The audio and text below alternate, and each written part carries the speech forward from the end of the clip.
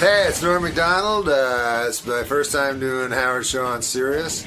I go back to the terrestrial days, but I'm looking forward to it because you can say the H word. You need that for your repertoire? Yeah. All right, man. Good luck. H-E double hockey sticks. No, you can just go ahead and say it. I know, you can say it right. Can I say it right out? Go for it. Hell. All right. Looking forward to saying hi to Norm Macdonald. There's Norm. Hey, Norm, long time no see. Good to see you. You too, baby. Hey, man.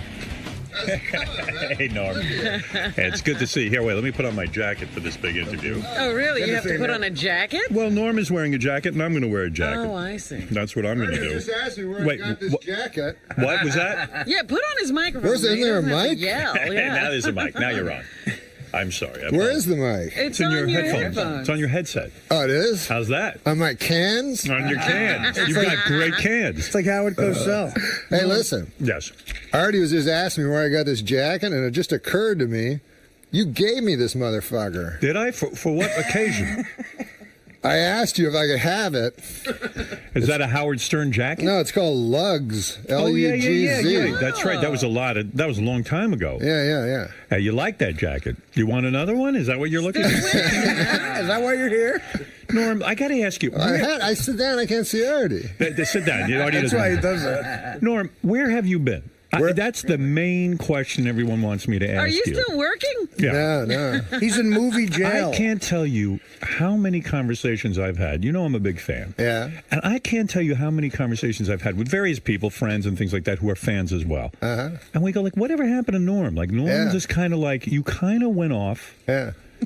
After your divorce, maybe that's what triggered it or whatever. What? And He had a couple of TV shows. You knew where he was then. you had the Norm show, you had the movie you did with Artie. Yeah. Everything with Artie. And but it was almost like you went off and became an actuary or something. Like What's that word? Yeah, did you change careers? What's an actuary? the guy who does the tables on life expectancy for the insurance companies? Yeah, you couldn't be more wrong. Did you retire, or did you retire? Did you think of getting out of the business?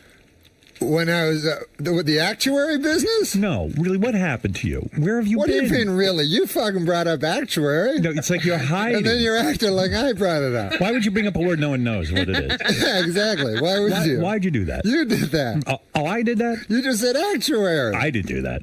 I would never do that. I always relate to the people. Everything. No, but Norm, please don't bring up the word actuary. I want to know what is Edward G. Robinson in Double Indemnity was an actuary. An actuary. Isn't that right, Artie? Listen to me, Norm. Artie's eating, please. Yeah, don't interrupt. And don't interrupt. This is his time to eat. Would you say that you did take a sort of a look at your career and just said, "Hey, I want to back off for a while and just Are you reinventing yourself? Yeah. What's going on, really? Me? Yeah. No, I'm doing what I always do. I do what I always You did. do I your do stand-up. Yeah. Right. But I mean, you stopped doing like Letterman. I didn't see you anywhere for a while. Well, if I'm in New York, but I'm never in New York. So I just do stand-up, right? Right. And then sometimes they'll offer me stuff that I'm no good at. Right. And then I do that. Right. All right. So you're out there. You say you are doing Then I your go thing. back to doing my stand-up. You know, Gary told me he had a conversation with you in the green room. Yeah, we had a fucking good one. Let me see if I can recreate some of that because it sounded interesting to me. He said that you guys started a conversation about some of the guys you did Saturday Night Live with. Spade. Yeah. Sandler. Yeah. Chris Rock. These kind of guys. Right. Are you still in touch with them? And you said, yeah, I'm friendly with them. Yeah. But you feel like you can't pick up the phone and call them. No, yeah. No, there's an interesting dynamic that happens when a guy becomes way more successful and powerful than you are. Right. Which is, I don't want to phone out. I love Sandler. I talk to him a lot, but I try to limit it because he gets bugged a lot, you know? He gets People want bothered things a lot. from him. Yeah, people want things from him, so I don't want anything from him. But when I'm talking to him, I feel like he might think I want something from him or something like that. Right. You're so aware of others' feelings. Now you're killing him. What the hell are you doing? I know he's going to slam me when he says some shit like that. Norm, you just snotted all over yourself. I can fucking see that one coming. In other words, You a motherfucker. in other words, you're so in tune. That's not what I'm saying. Yes. You're bragging, aren't you? Now, you're saying... Now, Norm, if there's one thing about Norm is he's very in touch with other people's feelings. Norm, I've never seen a reaction like that in here. Norm, what you're saying, you just vomited on yourself, and you blew snot out of your nose. Norm, There goes that mic. what I'm trying to say is, Yeah. you worry that you'll not be perceived the right way. In other words, you're concerned that you don't want to call up Sandler and say, hey, how you doing? Because he's going to think you want something from him. I have a very good friendship with Adam, so Right. I don't want to affect that friendship badly Right. by giving the what do they call it, like politicians, the perception of impropriety. Right. So As if I'm looking for something. So Fact you- is, I don't give a fuck if I'm ever in a movie ever. you don't care about the movies. You did your movie. When you got out of Saturday Night Live, you did the movie Dirty Work. That experience didn't turn you on at all. I love Dirty Work. You love doing that. I think that was a great fucking movie. Right. So you What do you think mean right? Why say right? I thought you didn't like it. You know, I never saw it. Well, what the fuck are you talking He about? saw Don Rickles. I'm saying that you love the experience. Why Oh, don't yeah, you yeah. do it again? Well, because nobody... It's hard to take a guy seriously after you see boogers flying out. Wait, of is there his snot nose. coming out? No, of my no, nose? no, you're anymore. fine. No, you're fine. You cleaned up okay. You look So you're great. going to show that in slow motion and shit? I love it. Maybe animated. Yeah. So I understand what you're saying, that there are certain guys. Are there guys who call you all the time and bug you? Are there people who want things from you because you are at the top of the comedy community? I'm not at the top of You're the not. comedy community at all. How long is your set when you go out and do a show? Now, like Chris Rock was in here yesterday. He says, I'm going to see the Norm Macdonald show on Saturday night in Caroline's. He's making a whole night of it. Right. He can't wait to go. Will that make you nervous to know that Chris is in the audience? No. That doesn't. You're so seasoned at this thing, you know what to do. Nah, I just don't give a fuck. Like, I don't care. I don't care if I bomb or kill. You Nothing don't. matters to me. It doesn't matter to you, but this is your career. This is the chosen path you've gone down. What do you mean it doesn't matter to you? Of course it matters. I'm How not could buying it into not that. matter? You love when you do well on stage, and No, I don't. Who told you that? you don't you care that when you do a show that people are into it and No, I enjoy couldn't give a themselves? fuck. Are you serious? Yeah, I can actually attest to that. When I used to open for him, and if it didn't go well, he Isn't thinks, that a defense mechanism, my well, friends? he thinks it's funnier if they I don't do laugh. think if it's bombs, I think it's pretty fucking funny. You like to bomb. I don't like to. I'm saying it's funny. When do you bomb? What happens? You mean your Let's material? put it to you this way, right? You go in front of a group of people and try to make them laugh. Right. Try your hardest to make them laugh. Right. And then they don't laugh. That's funny. You're not doing the specific thing you're there to do. Exactly. That is Not funny. only that, but it's also funny that you go there to make them laugh. You're trying to make their life better. You're failing, so they hate your fucking guts. And you see the humor in that. I see humor in that. Like, it's not like you're up there trying to make them not laugh. You're trying to do your best to please them. But don't you stay? It's like if you told a joke to your dad and he kicked you. But don't you stay at home a certain amount of hours a day and write and come up with this material that you do on stage? I mean, you put time and effort into. You don't? It's the same act from 100 years ago. No, I do. No, I think I have about 8 hours of material. 8 hours of material. So you're always writing new material. Well, I thought you meant write on a piece of paper. I don't know. How do you? What's the process when You you just make think it up in your head and then you say. Is that You don't how- have it written anywhere? If you're afraid you're gonna forget it, you put it on a napkin. You put like Brezhnev or whatever. No, but let's say you have a great. Let's say you have a great He joke. does a lot about- of let's current say stuff. you're a big McCain guy, right? So, like, let's say you have a joke about I'm Obama. a big McCain guy. I heard you were supporting John McCain. Jesus, where the fuck do you get your information? Is that wrong? Steve Langford? Yes. where, are you not supporting John McCain? Are you an Obama guy? Is that what's going on? Well, I'm afraid of this Sarah Palin lady. You don't like her. No, sir. Why don't you like her? I would think you. Fundamentalist Christian. That scares the shit out of you. Yeah. Yet you're a pro-life guy. You're way into all that kind of stuff. When did he get to be pro-life? I know this about Norm. Yeah, whatever. Yeah. I thought on Bill O'Reilly you said that you support McCain. I said I agree with him on pro-life. You do. You agree with him on pro-life, but you're not a McCain supporter. No, right now, if I had to vote tomorrow, Yeah. and I had American citizenship, Yeah, that's right. You're not even American. Why am I bothering you? Yeah, right. But no one knows I what would you vote are. for Obama. You would. You like him. I don't like anybody. I don't like any of them. But Are you an angry man? no. I said I don't like politicians. Do you like people? Are you a people person? Do you like to hang out? Yeah, He is? I He love is? Norm will go to the mall And shoot people? and go over to Orange Julius. No, this is what I like to do. Are you a recluse? Yes, You are. I would say that. Would you say almost agoraphobic. Really? Do you spend most of your day in the house? Yeah. Do you still have a tremendous gambling problem? No. You do not. What happened? What changed? Well, I stopped hanging around. no. As my son got Older. older, I realized that really the worst part of gambling is not the money you lose, but the time. Right. So you're saying you wanted to spend more time with your son. Because when I'm with my son, the time is so wonderful. Is it wonderful? It's beautiful, yeah. Yeah, you're able to give to your son. Am I able to? What do you do with your son? I play with him. You do. How old How is he old now? is this young man? He's 15 years old. 15 You're years still old. playing with him. Right. You know, it's a funny thing. Yeah. When he was a very young boy, you know, when he was like 3, 4, or something like that, I would play games with him. You know, like we'd play basketball or something. Sure. And I'd let him win. Right. You know, and now he can beat me at everything. And so he's like, "Hey, man, I always beat you at everything." I said, "No, fuck, I used to let you win." You go, "Fuck, he doesn't believe it." He always beat you. Yeah, so he just thinks I'm some retard that can't beat a fucking infant.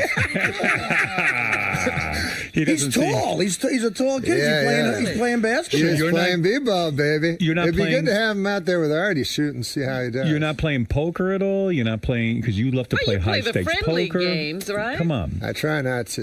Really? I still play a little poker, I have to admit, but Did you go to therapy for this? I mean, was there some sort of no. What do you think I'm you? I don't do that shit. You don't need to do any of that. You won't talk to anyone, right? You're above that. I don't do that. You're too good for that shit, right, man? Right? Why you keep putting the phrase in that way? What do you mean? What do you say? What? I said I'm not good enough yeah.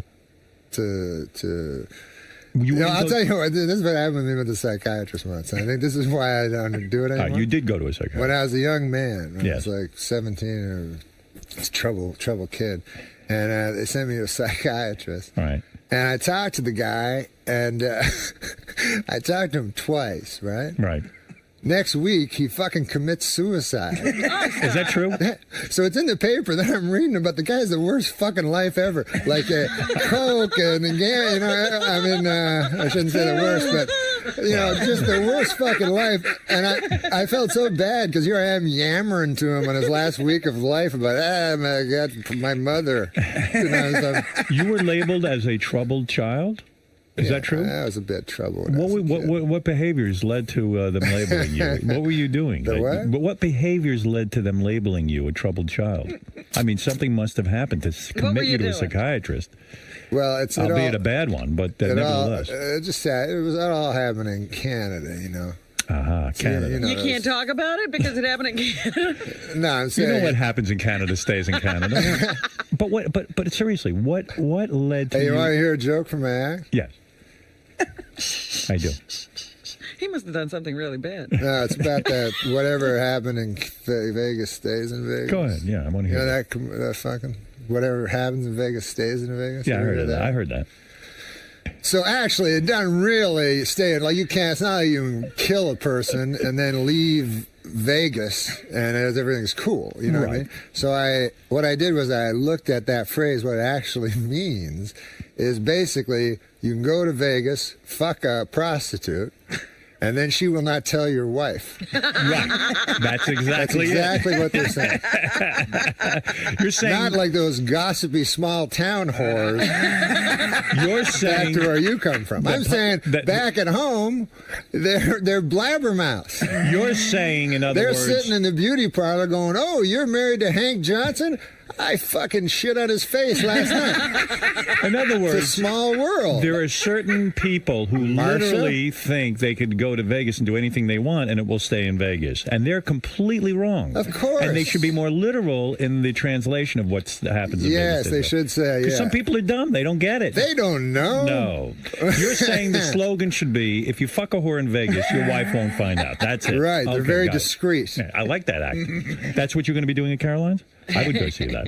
That's a joke. I like that joke. But You like why that one? were you labeled a troubled child? Yeah. What happened that specifically sent you to the psychiatrist? Oh, no, everybody goes, you go to No, when I psychiatrist. was 17, they didn't send me to a psychiatrist. My father looked at me, raised his fist, and said, "Here's your psychiatrist." He was a good dad. You must have acted out in some way. Did you get arrested? You've gone to psychiatrist. Oh, I'm in there 4 days a week now. Well, what the fuck are you asking me? Why? I'm asking you at 17, what led them to put you in you said you were a troubled child. How old are you? Right now, 54. And you're going to a psychiatrist 4 days a week. 3 days now. I'm 3 down to days a 3 week. Yeah. I'm 17. I go one fucking time. I'm the guy that's fucked up.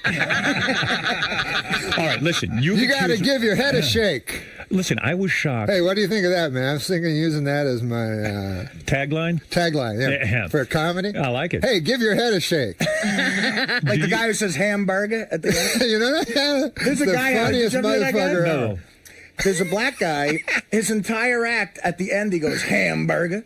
And just like that. Yeah, that's it doesn't- That's his line. But it's funny. It is funny, It works. actually. So what is now your new No line? matter what he says. And what's your so new you line? go, what happens in Vegas stays in Vegas. Hamburger. And at first you hate it, but like 5 minutes in, you're laughing your ass off. You like it. Where's the big cowboy hat? Yeah, hamburger. Do you? He's got a lot of gimmicks going on at once. You don't miss the movies. You don't miss Saturday Night Live.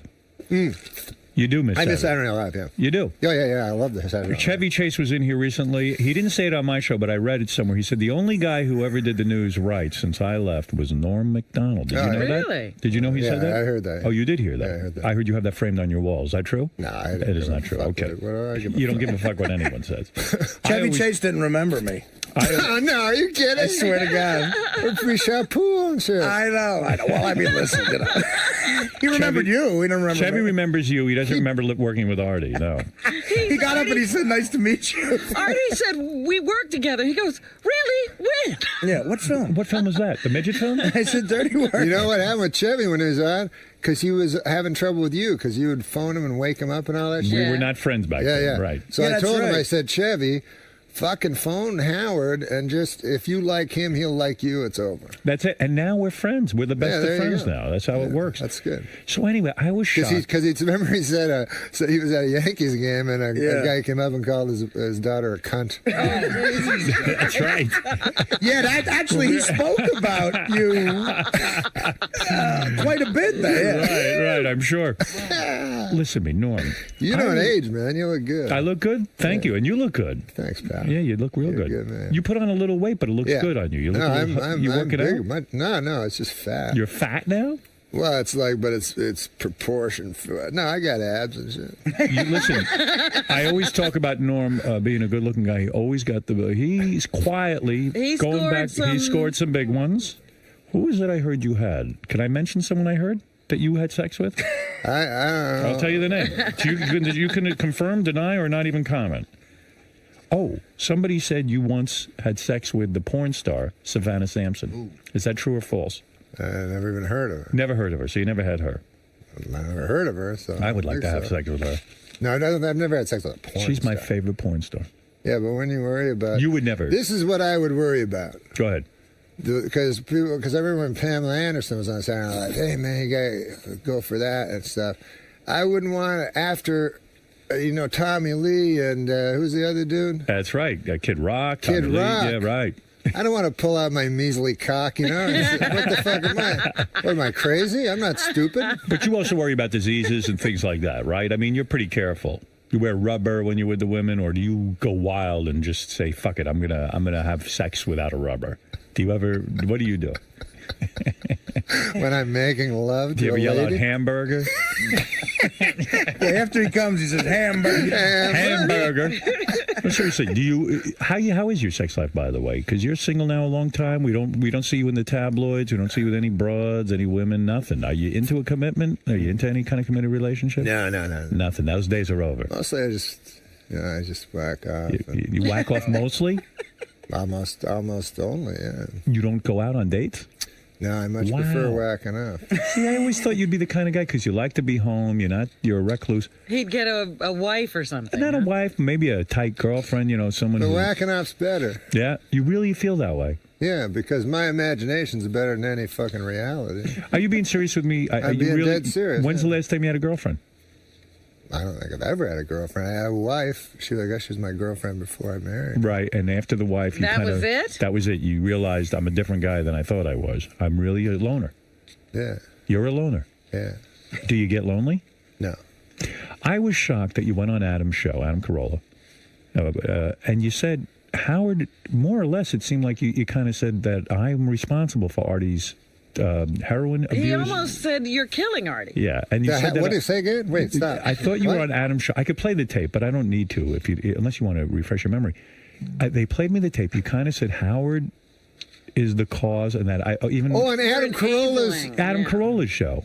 You said I yes, I was talking about Artie. I brought up Artie. Yeah, you brought up Artie. I didn't. He did. He did. Out of the blue. But I somehow got slammed, and you said I was shocked to hear this. That you felt that I was somehow enabling, and you even said that I killed Hank the Angry Dwarf, where I was said to Doug Goodstein, why don't you come in and talk about how many times we had him committed? You know what? You're right. You're right. I did say that. Yeah. And I apologize for that because that's not true. That's a terrible thing I said. I felt horrible that you would say that about me. No, I do remember saying Were you joking or what? No, I wasn't joking. But you believed it at the time. No, the Hank the Angry Dwarf thing, I don't believe. I don't know. I don't know why I said that. That was wrong of me because first of all, I didn't know shit. Right. But what I was talking about, anyways. Right. But no, the Artie thing. Explain it to me because if there's something I could be doing, I want to know what I can do. Maybe you got information. I'm not Dr. Drew. I don't know. But you seem to know that day. Yeah, you were very full of yourself. Well, sometimes you're on the fucking radio and you say stuff. You guys know I'm sitting here. No, but I take this. Artie, pretend you're not here for a minute. Eat something. All right. I love It's funny Artie. you think it's your problem, not Artie's problem. Well, this is what you said. No. Because I really want an explanation of this. It was very hurtful. And it even got me thinking. I said, Norm's a bright guy. I like you. And I said, gee, if Norm thinks that of me, I have to really sit down and examine myself. And I even went to my psychiatrist. I talked about it. I said, gee, Norm said these horrible things about me. Did you talk to your psychiatrist? I did. Wait a minute. You said Norm? Norm. And he goes, who the fuck is Norm? That guy, I haven't seen him since Dirty Work. Norm. Who's he? I took 3 sessions up on Norm. What do you mean about Artie? All right, you apologize about Hank. I'm really, Hank, we tried so desperately to get this guy in hospitals. Don't drink. No, I believe you. We really were. I honestly Do you remember that appearance?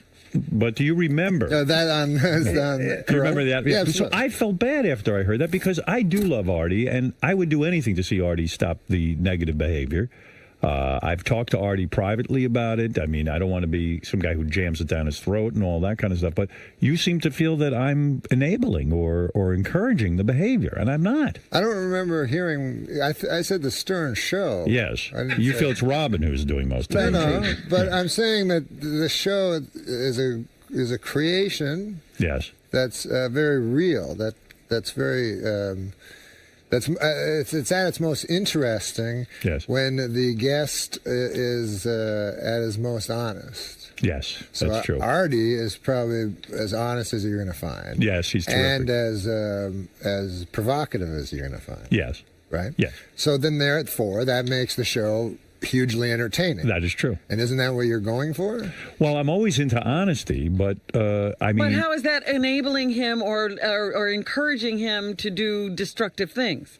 Well, I don't know. For instance, let me ask you this. I don't think you know either. Let me ask you I don't think anyone knows. No. I just, Let me ask you this. I put it out there, and but everyone blames me. No, I'm not blaming. But I'm saying, when Artie threw the thing at Teddy and shit, right? Right. Then you didn't play it again for the rest of the day. That's right. I didn't. Why didn't you play it? I didn't play it because Artie was so distraught and the emotions were so real that I felt that Artie was in a state that I didn't even know. We hadn't even talked afterwards. He left. And I felt that by replaying it, Artie could... you have to put it in perspective. I had no idea what was going on. I didn't know if Artie was going to go put a bullet in his own head because he was so upset that he did that. And I felt by replaying by the way, it... Teddy has apologized. Then when you put it on demand and promo the hell out of it... Because I spoke to Artie and we talked over the weekend. And Artie was going to leave the show. And some private things happened between myself and Artie, and which we have never gone into on the air. It's off the air private stuff. Yeah. And I felt, in all seriousness, and Artie felt, we made the decision together that we could go on. Artie wanted the audience to see that, but Artie has changed his behavior a lot and has really thought that whole experience through. So in all seriousness, hamburger. In all seriousness, I... Honestly, Teddy has apologized for forcing me to do that. Yeah. we determined, Artie and I determined it was Teddy's fault somehow. So it was okay to screen. Yeah. No, so you're in a conflicted place where you... I love Artie. Yes. And I know, believe me, I listen to the show and I know that you guys love each other. Yes, I can see it. So. I don't know if he loves me. He told me I'm not his bro, but I love him. I apologize like Norm apologized for him.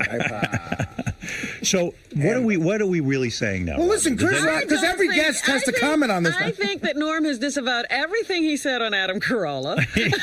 Yeah. No, I disavowed the thing about Hank the Angry Dwarf. But you backtracked and you now say, no, I don't think you're at fault. What about Adam Carolla? I never killed said Artie? that. I think he was saying that. Exactly what I'm saying. It's hard to, I put all that out there, and now it's such part of the fabric of the show. It's hard for me to get off that roller coaster. You're not asking me to do it. Interesting. You're not asking me to do it. No. But I feel like it becomes entertaining, and I feel like it's necessary, not from any orders, but just that, you feed feeds itself. Listen, I hired Artie on our show. You're the reason Artie's here. You're the reason we know this stuff about Artie. And when Artie was hired on the show, Artie wasn't doing any of this shit. Okay. I hired him because he's a funny guy. He's hilarious. He's hilarious. He can talk about this. And introduction to Artie, Norm pushed him forward because he didn't want to talk about Elle McPherson and said, he does cocaine. Right, yeah. I didn't say he did cocaine. Yeah. I didn't say he did cocaine at the time. This was a thing in the past. But if Artie had been backstage on coke, I wouldn't have brought him out and go, hey, look, Artie's on coke. It had happened 2 weeks before. So in other words, after this 10 minutes has gone by of this discussion about Artie, no one knows anything, right? We don't know what to do. You don't know what to do. No one has anything. Well, I guess no one really knows what to do. No. I mean, but I don't know. I said things probably emotionally on that. Well, you I worried was about very it. emotional at this fucking roast that I had to do. Oh, yeah. Because Artie, I thought he was dead. I didn't fucking know. I thought they were telling us, I thought they wanted to do their roast so bad that they weren't going to tell us a guy was dead. That's what I thought. It's just believable. Yeah. Well, you know what? The show does have to go on, Norm. You know that. That's not what I've heard. Yeah. I felt bad. I've heard the show doesn't necessarily have to go on. That's in Canada. That's why show business in Canada is going nowhere. The show doesn't go on over there. Everything upsets them. So I think me and Saget were talking a lot, and we got very depressed that night after the roast. I see. Okay. And we talked about Artie a lot, and and then I never expected Adam to bring that up. I should have phoned you guys. I should have phoned Artie. You shouldn't fucking say things about... No, I just was concerned that you thought that of me. Norm Macdonald has agreed to go to Caroline's on Broadway in Manhattan tonight through Saturday. Yeah. This is you're upset about the Carolines? Huh? You like going to Caroline's, or you're upset about it? You don't even really want to go to Caroline's, do you? You're not that thrilled. No, what are you fucking talking about? Is it good money? This is what happened. No, go ahead. I took the red eye last night. Yes. I just got in, right? Just now. Yeah. Right. But I took a sleeping pill so I could sleep on the plane. What the fuck is she doing, a Sudoku or something? She prepares the news. She just does that? Yeah. I'm listening to you. You were on the plane. You were asleep on the plane. No, I wasn't asleep. I took a sleeping pill and did not go to sleep. Oh. Did not fall asleep. So you're messed up now. Pardon me? You're messed up now? What are you talking about? Are you messed up from the pill? The pill that you took, did that mess you You're up? tired. I'm just tired. You're tired. I didn't sleep, and I took a sleeping pill. Okay. So you don't. So see, I would take another 8 sleeping pills. But what are you going to do? And I hit the stage at Caroline's in about 14 hours after I do these other 10 shows on your network. Artie, anyone watch these things? What shows are you going to be doing? He's doing shows that I told him yell out the window. There'll be more listeners. Let me hear what you're doing. Maxim Radio with Stretch. Oh, Stretch. Does he have another show? I don't know. Yes. Comedy by Request. Oh. Getting Late. I don't know. But all I know is it ends at 5. Wow. Oh, you're going to be here all day. No, Brewer Unleashed. A Brewer. You know That's Brewer, Jim Brewer. But he's not here. Oh, he's not? He doesn't do the show from here? I think he's doing it. I think he didn't come in. He's doing it from his house. Oh, no. Oh, no. He didn't even come in to see you, Brewer. Yeah. Well, I thought I got to do it from my house. I thought Mad Dog Unleashed was... Oh, Unleashed you do. Mad Dog Unleashed. No, but Brewer Unleashed. He just reminded me. Brewer has the same name. Brewer, you mean Mad Dog took Brewer's name? Yeah, Unleashed? It's Unleashed. It's Brewer Unleashed. How can we have that? How can we Everything's Unleashed on Sirius. Yeah, no. They all stole it from that Byron Allen. He was Unleashed. He had comics Unleashed. You're right. I remember he was Unleashed too. All these guys are Unleashed. I went on Byron Allen's Comics Unleashed. Yes. How was that experience? Well, first of all, you couldn't be more leashed. But he would, When was he ever unleashed? he would do the craziest fucking segues ever. Like, he just asked you for some bits from your fucking act, right? Right. So then he talked to one guy. I've had to follow fucking Kimmel, right? So he's not a good guy to open with. So Byron Allen's like, so, Robert, I understand you have cancer. That's his fucking opening. So Kimmel's like, yeah, I have cancer and I'm fucking the girl that... Right. boyfriend, and then he turns to me and goes, and Norm, you got a dog. Sounds like you guys were unleashed that night. You really were laying it all But out. the funniest thing I heard him say is, he said, because, he just gets the jokes beforehand and then tries to think of a question. So he had John Lovitz on, and he said, now, John, I understand you're getting older. That didn't happen. That didn't happen. I got to have a tape I swear of to that. God, that happened. John, I understand you're getting older. Had a joke on aging. Wow. That's like I told the Carmen Electra was on that show later. This is my favorite dumb chick moment of all time. Dumb hot chick. And the girl said to her, it was one of that black chick who hosted that show for a while. Aisha Tyler? Yeah, that was her. So she says, Carmen, what's the one thing you can't live without? And she said, she thought for like 30 seconds and she said food. Well, she answered it properly. So you're a human. So you're a human. It's got to be being. either oxygen or food, right? What else is there? Let's take a couple of phone calls for the great Norm Macdonald. We haven't seen him in years. I know, it's so nice. Last time I came up here was with Artie when we were looking around the studios. You were showing me the new studios. Right, yeah. You're talking about a couple of years already. Yeah. You're busy. Listen, what can I say? What do you think of these comedians? Like Dave Chappelle stays on stage sometimes 8, 9, 10 hours. Yeah, I know. They have Dane Cook in L.A. They have this contest now. Yeah. Who can stay on stage the longest? Isn't that ridiculous? I mean, doesn't that... Well, it's kind of...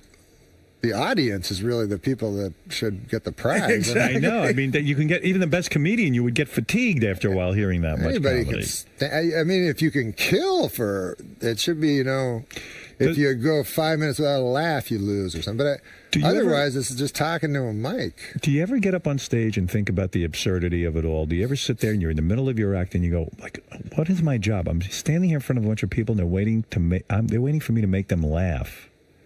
Isn't that the craziest profession in the world when you think about it? I mean, isn't that does it ever drive you insane? Do you ever wish you did something else? Well,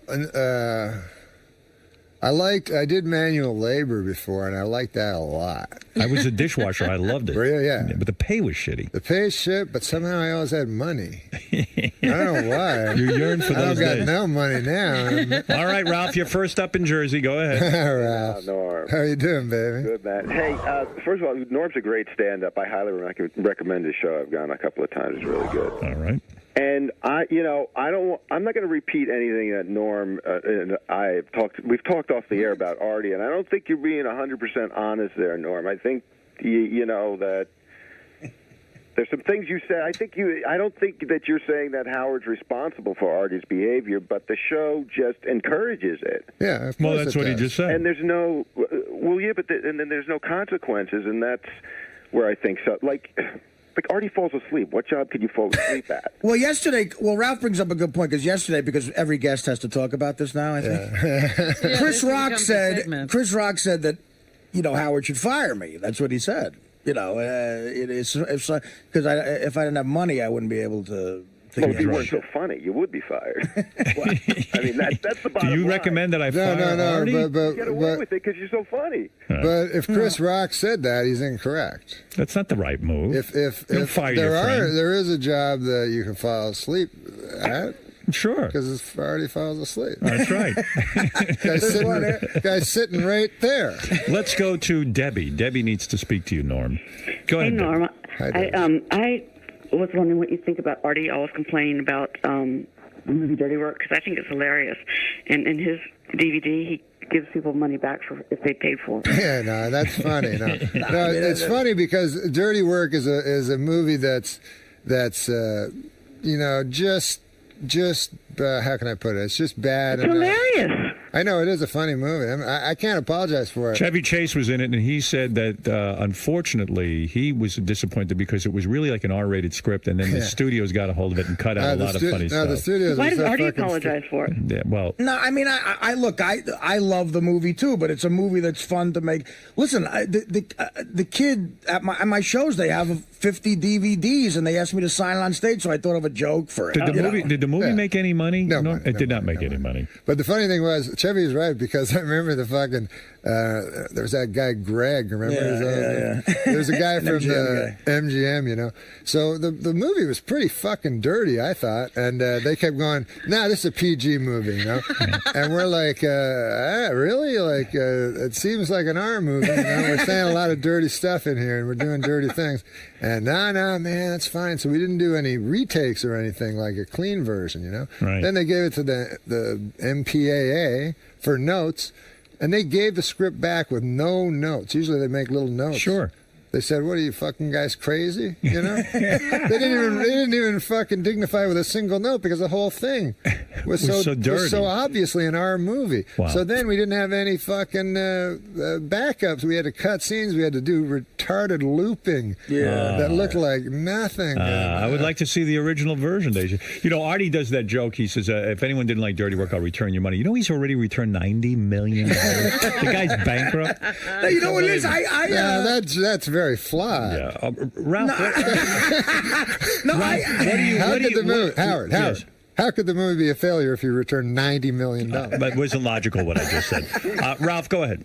So I'm at dinner with Norm once, or lunch or something. We're at a big table, like all these people sitting around, and Norm puts his hand on my leg, not rubbing my leg or anything, just puts his hand on my leg. And I don't know, like it was weird, but Norm's a weird guy. I don't know, maybe he was fucked up. I don't know. His hand was just like on my leg. You didn't knock it away, did you? And then 5 minutes later, Norm goes, "Hey, Ralph is a fag. I've had my hand on his leg and he hasn't moved." That's how I test people. You test them. I test you believe people. Ralph is gay? I test people to find out if they're fags, and that's one of my tests. Can you imagine letting a fucking dude grab your leg for 5 minutes? You mean Ralph didn't say anything? Not a fucking word. Ralph, you're gay. Aren't you the fag for grabbing my leg? No, he's testing you. Norm, you are a genius. I really mean that. You might be the greatest genius of all time. You were the only one who figured out that Ralph really is gay. Why wouldn't you make Ralph? Why wouldn't you make Norm remove his hand? Yeah, say, what are you doing? What? I don't know. I found it funny. I didn't know. And if he grabbed your cock, would that have been funny? I've been giving Ralph a hand job for 20 minutes. That was later. Norm, you are a genius. He laughed. I love that. Norm blew me too, but I like how it becomes the other guy now. Let's go to Nick. Thank you, Ralph. That's why I test if guys are fat. All right. Have you tested anyone else as a fag, or is that the only? He tried it the first day in Dirty Work. I fucking punched him in the face. Yeah, you see, and you knew he wasn't a fag. No, I knew he was a fag. He overreacted. Everybody's gay. I patted him on his shoulder. That's all. You must think I'm Just super fucking heterosexual. clocked me. You never tested me like that. You ain't no fag. That's right. Nick, go ahead. You're on. Howard, I just wanted to say that this is the funniest interview. I'm literally pissing my pants. Norm is terrific. Right on point, and he's the funniest son of a bitch that's ever taken a sip of water, as far as I'm concerned. Well, then you'll want to go see him at Caroline's on Broadway. Absolutely. You better get over there. So what's the plan? I'm going to scampering right down there. Norm, he has all these old-timey expressions. I'll be scampering right down there. Why, that some bitch is the funniest thing since a glass of water. You're a real piece of shit. You're so funny. That's Norm Macdonald. He's the richest man in town. Yeah. Me and Norm used to talk about Norm. He used to say, like, after 2 years off with a hunting knife there, buddy.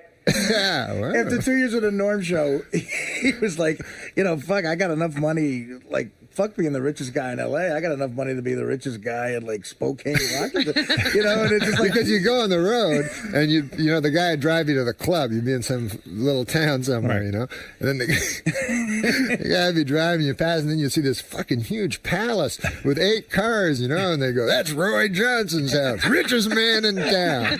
Why, that house costs over $100,000. Wow. So the plan was, I got so much money from my sitcom. Yeah, I'll just be the richest guy in this little place. That's Norm Macdonald lives there. Do you miss? Why, he fucked my daughter.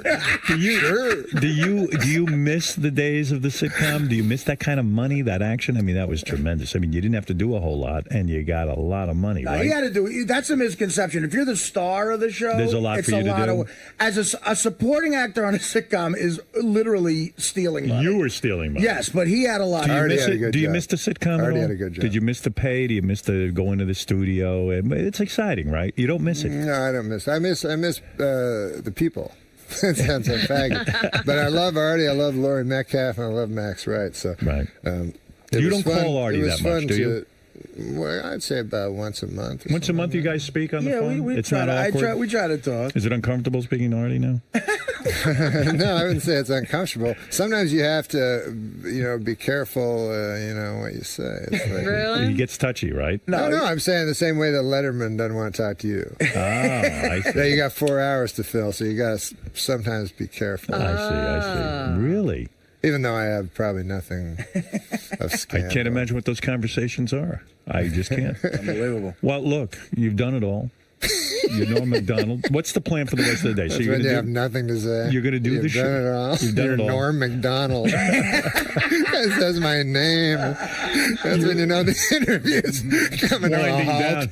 So what else? Now, what is the game plan? It says here plan? you're Norm Macdonald. What is the game plan for the rest of the day? You're going to do some shows at Sirius. Yeah. After you're done with those shows, people in those seats. you're going to take a nap. I don't think I can take a nap. My hotel room's not ready. They said till 4 or 5. You couldn't get the room the day before, and so I should have. Yeah. That might have worked out better for you. Well, let me ask you. Artie says on the road he doesn't know what to do with himself. What do you do when you're on the road in some little town? Yeah, what do you do? Like, I only like the time that I'm on stage, because other than that, like, what do you do when you have to kill time? Do you play chess? Other than being a fucking other than the hour you're on stage, you're basically a fucking drifter. Yeah, that's true. So most of the time you're trying to find food, and these fucking towns think they're interesting, and so you go. This is what they find the most interesting. You go, hey, what is there to do in your fucking shit town? So then they go, you got to see the Galleria. Yeah. You're like, hey, I'm from L.A. Yeah, I've seen that. I've seen Galleria. Last year, a guy shot everyone at the Galleria. A guy in Houston told me that once. He said, first of all, it's a 400-pound guy. It was May in Houston. Like, the sweat was dripping off me. I had to think the club guy told me, take a cab. Like, I'll pay you for it. There's no car. Right. So I get in a cab in Houston. It's like 140 degrees. This guy's got a huge flannel shirt on. Hey. And he says hi. I say hi. He goes, you're a New Yorker, huh? And I'm like, well, I'm from there. And he goes, we got a place in town. It's just like Greenwich Village. And I said, really? And he says, yeah, but there's no fags. And I said, well, what is it? He goes, and he said, it's the Galleria. And I went, it was a mall. With a hockey rink. It had a hockey rink. But there were no fags. Yeah, he was right. Yeah. Listen. I put my hand on a bunch of guys' fucking legs, and they all said, what's your problem? So you really have the same problem Artie does, in the sense that you have to kill a lot of time in your career. Well, there's crazy boredom. But you never got into heroin or crack or any of this stuff that Artie does to kill time. To kill time? Yeah. To kill me. Is that the point? Yeah, just to kill some time? You know, it's funny. Well, that's what he's doing. He hates it. He kills time. Wait a minute. I don't think he's doing it to kill time. You're not a drug guy, though, are you? Well, in a way, everything. You know, one time when I had the gambling fucking thing, right. I went to a psychiatrist, and he said, you're doing it to like avoid life. Right. So I was like, isn't that why you do every fucking thing there is? You know what I mean? Like, that's why you go to work and you get. In a sense, that is life. Right. Me and life is avoiding. Was gambling your thing? Like, in other words, it took your mind off of all your issues and all that kind of stuff. It was your. It's a complete escape, but then the thing that you do to escape your problem becomes the fucking problem. I always worried about you because I always had a feeling you were always losing too. Like, you weren't very good at gambling, but you would constantly bet on the wrong Gabe teams. Kaplan? Yeah, Gabe Kaplan. No. You know, like well, you can't win if you gamble. Poker, not even. You can't win that. You can win poker if you want to. But you never win. No, I don't think you. I don't. It's a complicated thing, but I don't think gamblers want to win. I remember one time I heard Omar Sharif talking about it, and a couple times in my life I've been dead broke from gambling. Right. And he said this thing that I found like I related to, because he said I lose $6 million. He was talking about the most money he lost. I don't know. And God only knows how he got $6 million. Yeah. By the way, dead on impression. I know, it's good, right? Excellent, Omar Sharif. Yes. Look forward to Caroline. But he was a big gambler, big bridge player. Yeah, exactly. Yes. So he says, one time I lose $6 million. He goes, I go across the street to a coffee shop and I get the coffee. I have $1 left. I get the coffee. He goes, I feel clean. And I understand what he means. What does that mean? Means when you lose everything, you're alive. In other words, you don't feel alive unless there's some great tragedy or something big. No, it's not a tragedy to have nothing. Right. I mean, don't you feel like sometimes when you're building a house, you're just walling yourself into a mausoleum? Right. Well, if you don't have that house, you're free. You're free. You're free. Now, what is the most? Do you ever sit down and figure out how much money you lost? No. Do you know what your biggest loss was? No, I don't give a fuck about money. You do too. You know what your biggest loss you know what? was. Should we tell the story about my guy I hooked you up with? It's a long time ago. It's a long time ago now. What's this one? Fran? No, shut the. Hit the button. Oh, we can't say who it is. I hit the button. I hit the button. So what happened? I was a bad influence on Norm, I think, and maybe because when we met each other, and I'm the enabler. When you shoot a buddy comedy like it was, yes, you go away with someone to a different city for like 2 months. It's like going away to camp. So you're either going to hate the person or love them. And me and Norm became friends because we shared one vice, gambling. And I used to love gambling. And I used to love. 2 days ago, he was gambling. Right, right. Used to. The first night I met Norm, the rehearsals, and we went to a pool hall in Toronto, and I won $2,000 off him playing 9-ball. That's right. And he ended up paying me in Canadian money. It was like a wheelbarrow, like blue pieces of paper with a goose on it. Yeah, they don't have presidents. You have no respect for the Canadian. That's when you bribe somebody in Canada, you're like, maybe this goose will change your mind. And it really looks like Monopoly money. I'm like, what the fuck am I going to do with this? Right. Back then, when the dollar was good, it was like a wheelbarrow. So what happened was, we shot Dirty Work August into the fall, and Norm was still on Saturday Night Live. And I started, in lieu of other things, halfway through the shoot, I started phoning this kid I know who was a runner for a bookie. So I start calling this guy, and I'm making a lot of bets. And see, Norm wasn't gambling at the time. He was really into work. He he was shooting the film and he was going back to SNL. The last few weeks he had to go do SNL. All right, and the movie, he's busy. Right. But I think because I was always with him talking on the phone, he sort of was like, yeah, you got a guy. And I said, yeah, I got a guy. He goes, can I have his number? Because I want to maybe start putting some bets in. So this bet that ruined This bet that ruined me and Norm, because when we went on the road and I opened for Norm, and this is what we did. You talk about killing time. This was a problem. We got introduced to this thing called a lightning bet. Now, what a lightning bet is, say you know what the under-over is in a basketball game, the total amount of points the two teams score. So say it's 180. Okay. Right? If you lightning $1,000 on the over, when they hit 180, every fucking point they score after that, you win $1,000. Oh, I like that. So it's like sick. Nice. That's free money. It's sick. Every layup is $2,000. So like if it's at 180 when they go into overtime, every single basket's $2,000. It's insanity. But every point it's under 180, you lose 1,100 because of the vig. Right. Okay, so it's craziness. Right. It really is like that's a dangerous bet. Right. It's a dangerous bet. It's a high stakes bet. But it's the most exciting. Not for me, because I couldn't lose. Right. Well, You're a winner, right? It was the most exciting type of gambling I've ever been involved. So what happened? So Norm, a couple of weeks in a row, wins like $100,000. Oh my God! I mean, because we were. You're proud of that, You know right? what we were doing? I was on a hot streak. He was, and you know what we were doing? We were betting on. It was the '98 NBA Finals, and we were betting on the Bulls and the Utah Jazz. Right. Lowest. So so Norm like 3 weeks in a row wins wins $100,000. Wow. And you couldn't stop there, Norm, right? You couldn't say, I got a couple of hundred. The guy. I'm done. Well, here's what happened. He gave now it all. I can buy the biggest house in Albuquerque and be that guy. Here's what happened. He gave it all back, and then he was even again. Now Norm loses 3 weeks in a row. Oh, my God. About the same amount of money. And Norm, being a good man, pays the guy off. Now, a couple of those weeks, I would win like $8,000, and we'd pick up the money from Norm. There'd be a shopping bag of hundreds. Like the kid I was going in with, the runner for the bookies, a kid I go up with, I was like, he's like, I don't want to go into New York by myself. It's a lot of money. So we would go in and he'd get the shopping bag of $100,000 from Norm. Jeez. And we would drive to this like factory in Jersey and he'd peel off my $8,000 that I wanted. Didn't even make a dent in the fucking How do you know shit. Norm wants this on the air? We were well, he knows what I was going to say. It. He knows what This is a long time ago, man. He's a different guy. Yeah. So... No, he's not. Well, but listen to what happened, and this is why I don't talk to this kid anymore. Right. So Norm, being an honorable guy, pays off every week. Right. So now here comes the last game of the Utah Jazz versus the Bulls. Norm lightnings $1,000 on the over. Okay. On the under. That's right. No, I went over. You went under. It was the no. I bet the over. You bet the under because it was you won. It was the lowest scoring. Lowest scoring. And you had won. the under. The over.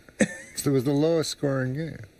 Right, but you had the under. You won. Had the under. You no, won. he had the over because it was the lowest scoring game. Oh, I'm sorry. That's right. I'm trying to figure. Right. Okay. Exactly. So I bet the under, right. And he bet the over. Okay. 1,000. Now I only bet $200 a point, but Norm bet at that. So I had to deal with this. It was the lowest scoring game in the history of the NBA. The Jazz only scored like 45 points. Like Jordan just shut them down single-handedly. So I lost like $9,000 on the game at 200 points. But Norm won like 110,000. Wow. Okay, so now he's even with the guy who wins $110,000. So now Norm comes into New York. We're doing press for Dirty Work, and he's at this hotel. And I said, I'm going to go get the money, and I'll bring it to you.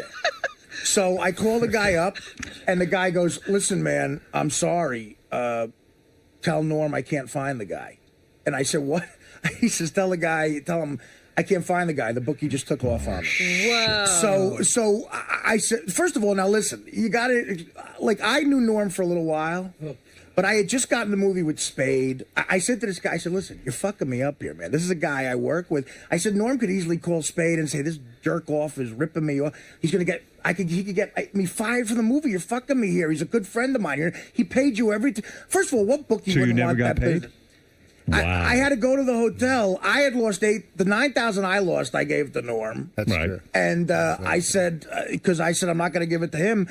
So I kept begging the kid, and he kept sticking. Like, obviously, Norm thinks, and I think, he was the bookie. Yes. Right. We both think that, Yeah. but yet we're not saying his name. Right. We're protecting him. And but you see, So he can continue. Norm, We don't want to Norm hurt could him. have In other easily words, when believed. you get so now that I hear this story, it's good you gave up gambling Yes, it because is. really it is because you can't teach your son these things.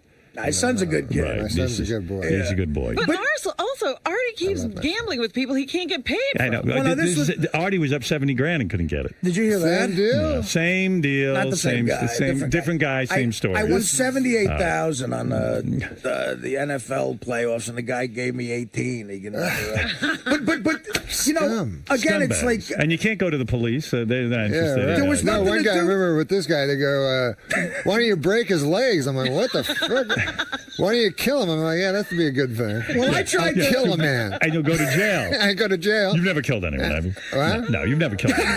All right, listen. I Norm- tried to tell. I said, listen, if Norm was an asshole, he could have said, look, obviously you're in on it with this guy. I never want to talk to you again. But Right. he believed knew, me. and- of course. Who wouldn't believe you? But what did Bernie Brillstein say to you that time? I was trying to, when you won the money playing craps, what did Bernie say to you? Bernie, yeah, he just passed away. He was a great guy. Did you go to the funeral? Yeah. A lot of celebrities? I didn't go. You didn't go? You didn't go? No. You are a I recluse. was actually kind of sad. Well, that's why you go. Yeah. I know, but I knew people would be making jokes and stuff like that. You What don't did he wanna say? He No, said, yeah, I won this money at craps back when I was married, and I didn't know what to do. I never won money before. And I said, hey, Bernie, man, I got all this money. I just won at craps. You know, he goes, first of all, don't tell your fucking wife. That's the first thing. Then, you get a safety deposit box at the Mirage, but only put 10,000 in that one. You had a big long explanation, like it had happened to him like He knew 50 exactly times. what to do. Isn't it great when you ask someone what to do and they know? It's just amazing. Sam Simon, quickly, yes, because Norm is on a schedule. He has to get Hi, over to Sam. to the gay channel or something. He's going to describe how to find out if someone's gay. Sam, go ahead. Hey, the funniest thing I think ever happened to Norm, and now that he's revealed that he's a degenerate gambler, is he moved into a new building. Oh, Christ, yeah. What? Howard already likes it. So anyway, so he moved into a new building. In the meantime, there are casinos in L.A. now that are in warehouses and condos, and they have high-stakes poker game and sports betting and dealers and security and bars and food and everything. They're just like regular Vegas casinos and card rooms, except they're just private. And for some reason, they're just sprouting up all over the place. So I get invited to one, and Norm has told me the address of his building or the street that it's on, his new building that he just moved into. And I'm looking around for this place, and I say, I think this is Norm's building. So I go inside, I go in, I stay, I play poker all night, whatever, and they have girls and bars and everything. And I go home and I look up, and I had called Norm. Norm, go ahead. No, yeah, it's right next door. Anyway, But you live next door to this I live place? next door to a casino. Now, let me ask you something. It's the worst luck When of all you live time. next door to a casino, so that's terrible for you. Yeah. he just found it, forget how bad it would be if you moved into a new building and there's a casino. Right inside. This is Norm. It's 25 feet from his front door. They must have wiped you out, Next right? door neighbor. No, I haven't gotten in yet. You don't worry actually, about you don't worry about money. Like you don't worry that you could lose it all. Of course I do. I would hope so. I would think so. Do you have investments and things? Yeah. Yeah. Okay. No, I don't have investments. You don't have any investments. No. It's all in a mattress somewhere. It's on a shopping I put it in bag. a bank or whatever. With Canadian money. You trust these banks? But I went up to that. I went to that casino because the guy called me in, Sam. Yeah. And Levon. yeah, Levon. All right. Hey, Sam, I He's got to right. go. Okay, Thanks. All right, Sam Simon, you know when you everyone. get All right, together- guys, He's right. I was gonna say, when you get together and you tell stories about losing and gambling, Yeah. all of Sam's stories about a bad experience in gambling is he won so much he can't carry his chips. The great Norm Macdonald, and go see him. Norm Macdonald, the richest man in town. Yes, go see him. in most towns. In most towns, he's Man the owns a Lincoln. Lincoln Continental. Guy's got a coupe de ville. Great seeing you, Norm. Don't stay away so many years next No, time. absolutely All not. right, the great Norm Macdonald. We'll be Respect. back right after this. Norm, Yes, sir. lightning bets. Light. You've piqued my interest. I've never heard of that before. You don't want to do that shit. It's a gambler's heroin. It is. It is like crack because from the beginning of the game, Right, you just your heart's racing. like if you have the over, you start the game down 180,000. Norm, thanks for coming down today, man. Thanks, man. Respect.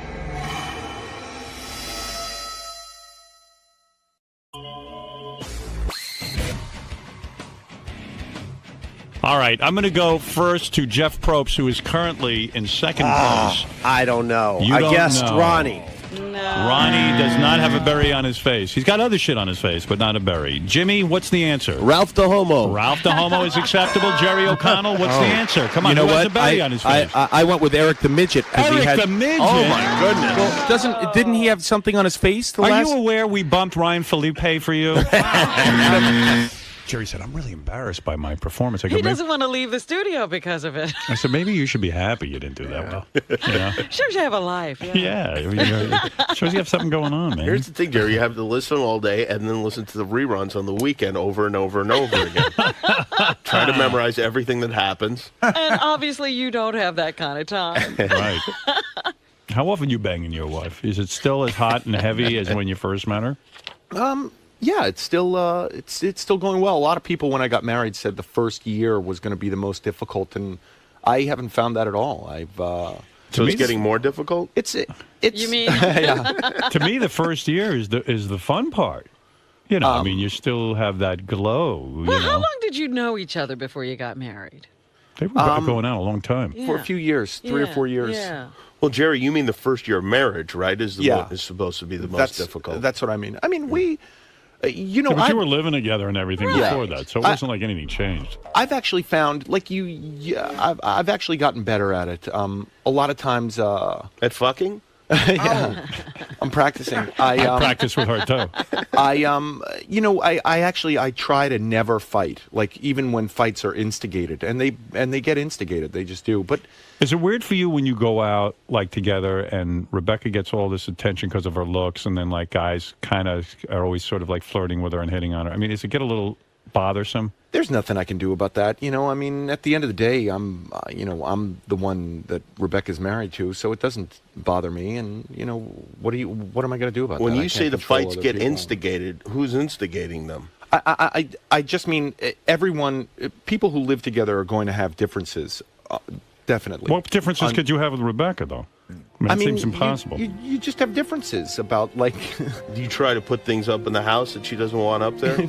Actually, I have a Joe DiMaggio ball that keeps getting, like, hidden, and I keep putting it in the center of the mantle, and then it gets, I had read that hidden. Rebecca does something to you that I don't approve of, that when you like to watch sports, she, like, comes in the room and demands that the TV be turned off? That's not right. Or down or something. Something She doesn't like like that. the sound of it. Yeah, it's called a broad. Yeah, but that's not fair. I mean, Jerry's got to have his thing, you know? I am someone person. who, I watch a lot of football. I like to take, during football season, the 16, 17, 18 weeks of football season, I like to take all day Sunday and just sit down and just watch every game. Because you're a man. Yeah.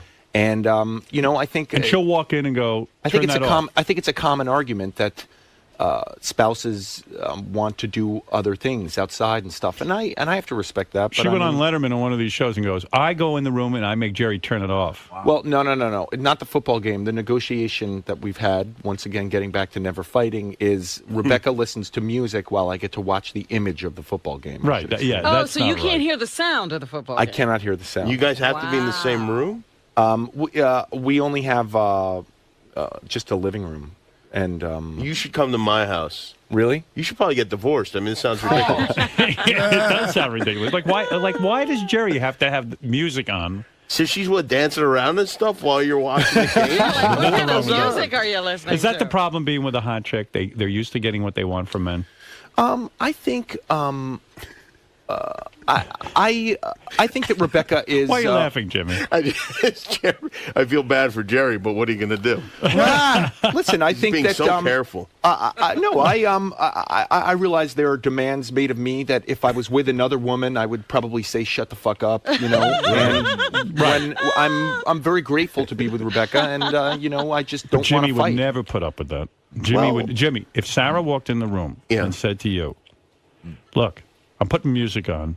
Turn that fucking football sound off." I wouldn't even hear the words. You wouldn't? They wouldn't even penetrate my head.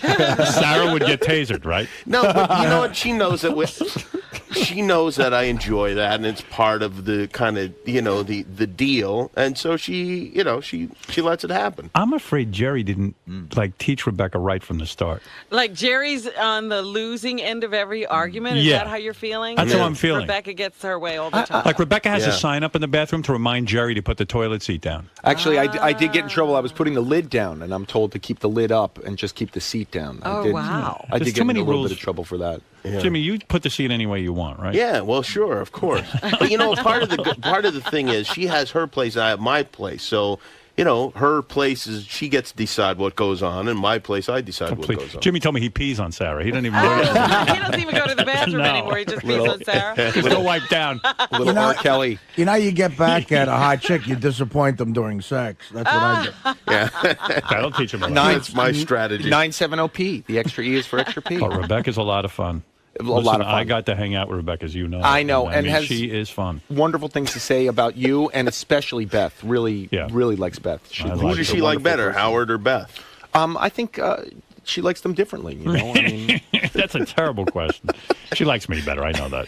Jimmy's just trying to. I don't think that's true necessarily. You're a troublemaker. I think Rebecca thinks Beth is a really special person. I think Rebecca thinks you're. But Rebecca, if push came to shove, Rebecca would rather spend the day with me than with Beth. I'm not so sure about that. Oh, I know it. Okay. Yeah, but I'm sure Rebecca paints it differently with Jerry than Right. Otherwise. He doesn't want to make Jerry. Rebecca thinks you'd rather spend the day with Jerry, Beth, or Howard. Beth. Of course. Well, then that makes sense. You're a guy. Well, I'm extra special to the whole world. Beth is special, but I'm extra special. I'm Halibut. Do you know? There's some things I would like to bring up from our vacation together, but I don't know if it's cool to bring them up.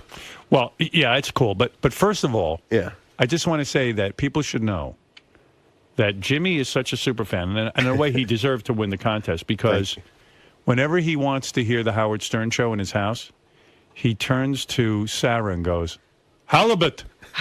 And that means put on the radio. Wow. She does it to me, too. That's our code. Halibut. Because of the bed I do, my father loves halibut. Do they have the halibut? The halibut? Halibut. My father, you turn him on to something if he likes it, now he thinks there's no other fish in the world. Do they have the halibut? That's what my old man says. And I go, Dad, I don't know if they have the halibut. And when did it become the halibut? But I think you always know if they have the halibut because you have to check ahead. But you know what? He likes every fish. It doesn't matter, but he thinks he likes halibut because he had it once and he liked it. Probably does like it.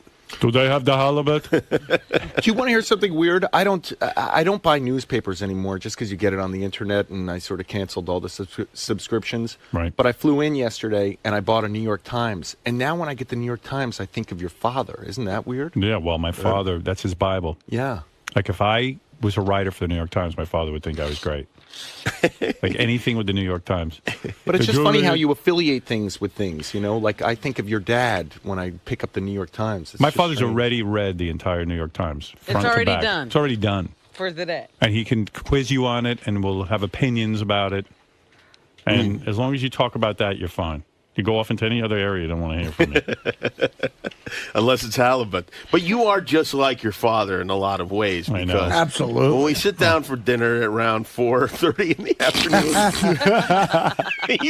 when you sit down to dinner, That's not true. You better be ready. Well, fortunately, Beth is around to negotiate a later time. Right. Or else, Well, I'm hungry. If it was entirely up to you, it would be early. That's funny. If Beth calls and goes, listen, we can start negotiating dinner. Howard wants it at noon. Is that the funny thing you wanted to tell about the vacation? No, but there is definitely a lot of anxiety there as far as ordering quickly goes. Do you have to order quickly with Howard? Oh, yes. Because it's really? Oh, yes, you do.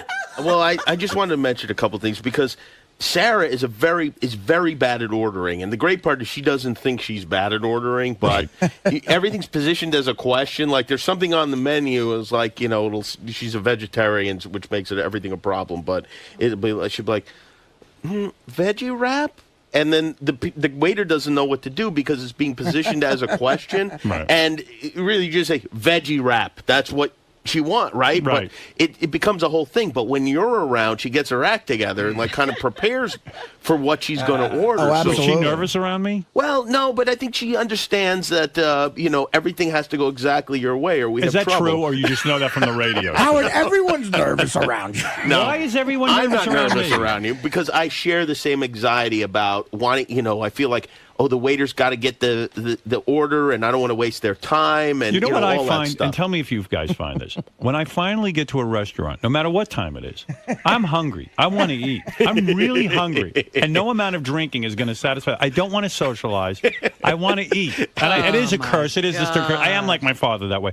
I don't, I'm actually someone who, when they come to take the drink order, I put my food order in. That's what I do, and that's what Jimmy's making fun of. I go, you know what, waiter? Here's the I drinks. know everything I want right now. Yeah, I mean, it takes me 3 seconds to analyze a menu. You don't have to be a rocket scientist. to look There's over a name menu. for people like that. It's called an asshole. Am I being an asshole?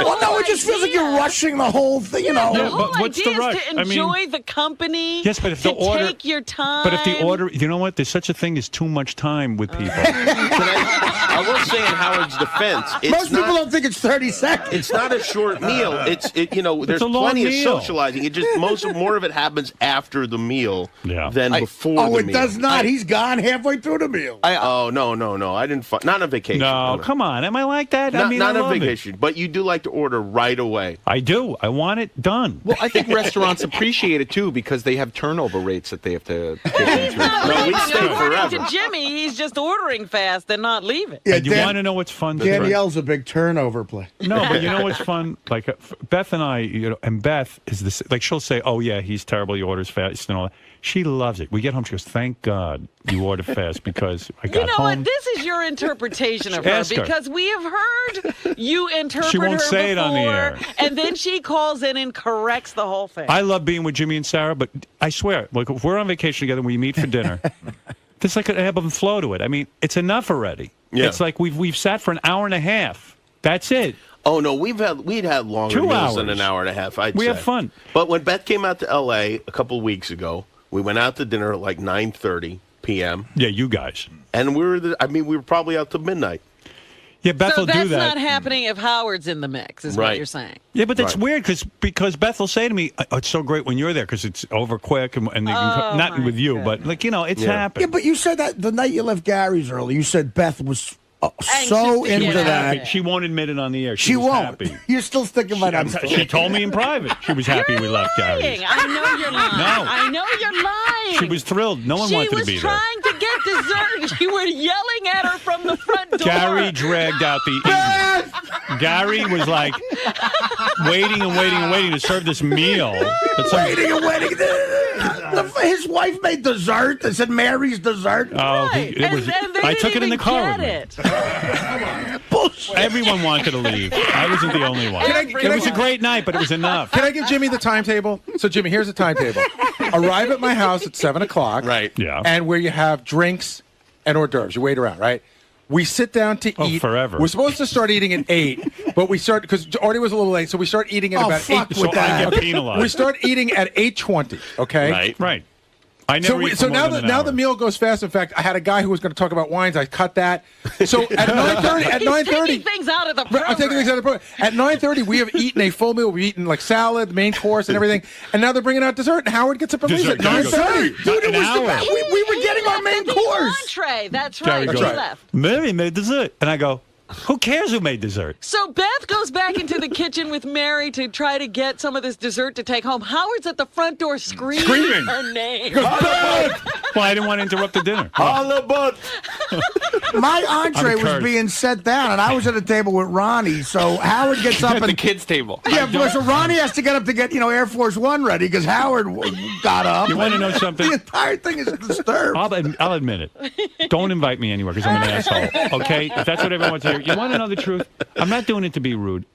I just can't take it. I don't understand.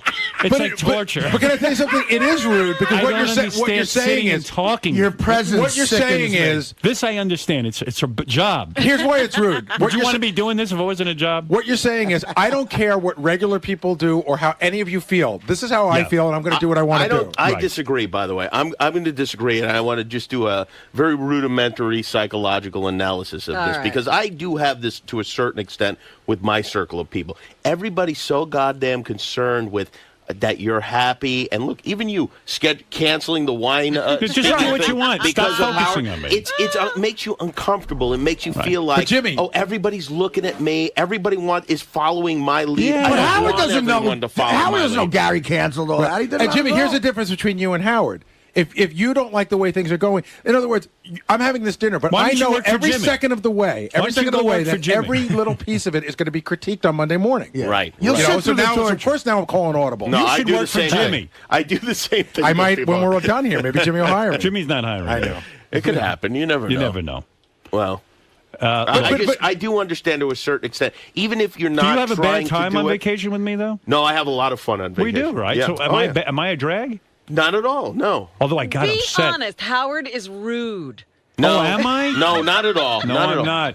No. You are. No. You can be. No, well, I'm not. I don't see that. I don't I don't see see it The either. word isn't telling rude. you, It's yeah. it can be abrupt. You can be abrupt sometimes. I'm Like, doing Let me people say, a you favor. can say abrupt all you want. I You're invited rude. Howard to go to the Rainforest concert with me once. Yeah. And you know how he's saying he left during intermission at this one? Yeah. He did it to me, too, only he Right. didn't even say goodbye. Well, I didn't want to interrupt you. I was being considerate. The I concert was. started up again. He was there. Yeah. And then I turned to say something to him. The whole row was empty. Yeah. He left and he took everybody with I him. do that Robin, too. honestly, I did that to not be rude. I did that to say, she's sitting there enjoying herself. If I make a whole big goodbye, it's annoying. Like let her have her good time. Why should I ruin? And then she's going to be like, oh, he's leaving. He probably didn't have a good time. I just left. That's all. Well, I Don't wanted to bother have anyone. a good time with you, and all of a sudden you were gone, and I was like, oh my God, I did he honestly- not enjoy himself? He didn't even say goodbye. I honestly didn't do it to be rude. It's called a French exit because it's a rude exit. 'cause Is you it? don't say Yes, goodbye yeah. to people. Wow. But What time I do you- have no problems with What it. time do you wake up in the morning on, say, though, when you're on vacation? What time do you get up?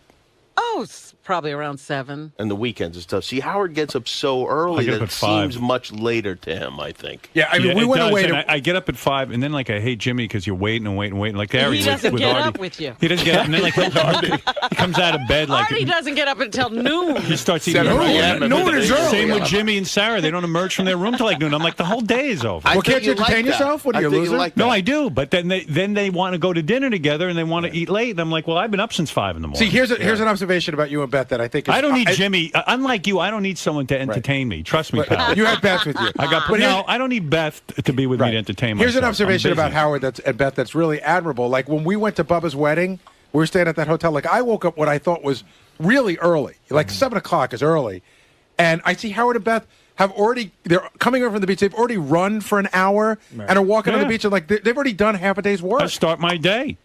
Yeah. That's it. But what, you never think about sleeping till like 10 on a vacation? I do my ablutions and then I start my day. Who can do it? Yeah. Everyone else besides you two? I don't know. Robin was out there early, too. I was finished my run when I saw them run. Right. How's that vacation? You getting up and running? I don't know. Look, what am I going to do? What are you running I from? don't get That's it. the Right, question. exactly. What are you I'm running running from? to stay in shape. I want to be in shape. Yeah. You know, that sounds awful. Oh my goodness. Do you think what else? Am I not fun to be on vacation? No, with? you're a lot of fun to be on vacation. Yeah, I thought we had a good time. There was one other funny, but it's not fun to talk about the normal stuff. But one of the great things was when we went into town. We were in Mexico. And that upset me. Oh, that was great. That was a whole thing. I wouldn't go. Howard, I wouldn't go. Leave the resort. I would never go to any town in Mexico. Howard was certain that for fear of kidnapping, banditos were going to kidnap Beth. I understand that. You know, when you leave New York, you're camping out. So. I was so dead serious. Jimmy goes, "Hey, let's go into town," and I didn't say it. Beth and Sarah wanted to go to town. No, Sarah wanted. Did you want to go to Carlos and Charlie's or something? Or they know. wanted to go shopping for whatever. trinkets. Yeah. Papas and beer? I said to them, and I was dead serious when I said this, and I really felt this way. I said to Beth, listen, don't go into town. I've been reading about these kidnappings. In fact, in Mexico Oh, my God, I was kidding, but I was No, but right. in Mexico, they're kidnapping country singers and killing them. Yeah. The Mexican country singers. Then yeah. you were safe. Yeah, we weren't. Oh, wait a minute. We were with a country singer. And the fact of the matter I didn't think of that. That's right. And the fact of the matter is, I said to Beth, go ahead if you insist on going. But when you get kidnapped, don't fucking call me. Because I told you not to go. So I'm sitting there, I'm waiting for them to get back. I'm waiting. They finally come back, and Beth wasn't kidnapped, and everyone was safe. And they're describing they went into town. They had sodas. They had, they went to like margaritas. Yeah. They had all this fun. They had a great time. And I was perfectly happy staying right at the resort. I don't need, why would you leave heaven? Were you honestly worried that Beth was going to get kidnapped by banditos? Yes. But you were worried, but you didn't come with her to protect her. I don't want to. Please, that's the last thing he's going to do. No, you know what was scaring me? What? There were people we were with, and not anyone, not Jimmy and not Sarah, and not me or Beth, but there were people we were with who wanted to get into town to buy pot, I heard a rumor. Oh, I see. And I said in Mexico, if you go and approach people about pot, they're either going to kidnap you, kill you, or arrest you, and you will never see the light of fucking day. Jerry, am I right? Am I being an asshole? I have to tell you, when we go on vacation to Mexico, we don't leave our resort either. Of course. And we actually do it because this is awful, but we don't want to run into other people who are going to know Mexicans? us. No. You don't want to run into Mexicans. Fair enough. No. We don't want to run into people who are maybe going to want to take a picture or anything like that. Now, these places are filled with touristy type people, right? And they think because you're in another country, it's their right to hang out, that you have something in common. And the fact of the matter is that we really have nothing in common. We just happen to be in the same country. Whatever your reason is, you don't leave. And that's my feeling. And that's too. the move. I don't. That's the Also, right move. when you go to these resorts, they're so expensive. I don't want to waste 1 minute of time. And the food is terrific. They're going into town to find food. You wouldn't find better food than where we were. Right. Where do you think you're going? You're going to have better food than what this is. I think what you wanted was an authentic Mexican experience. I figured I'd just go along and see what happens. He wanted Senor Frogs. Jimmy's very easygoing. I'm not. I'm not easygoing like him. He has fun. I don't. That's true. That is very true. He does. He has fun. You don't know how to have fun. Like, he always looks like he's having more fun than me. I see him and Sarah sitting at a table. They're having lunch, and they look like they're having a lot of fun. They slept till 11. Just in the last couple... Because I sleep. Yeah, right. In the last couple of weeks, Booker had that, his girlfriend threw him this surprise party. It sounded awful. Howard decided it was going to be an awful experience without going. Yeah. Well, I knew it. I got that email from his girlfriend. You should hear this.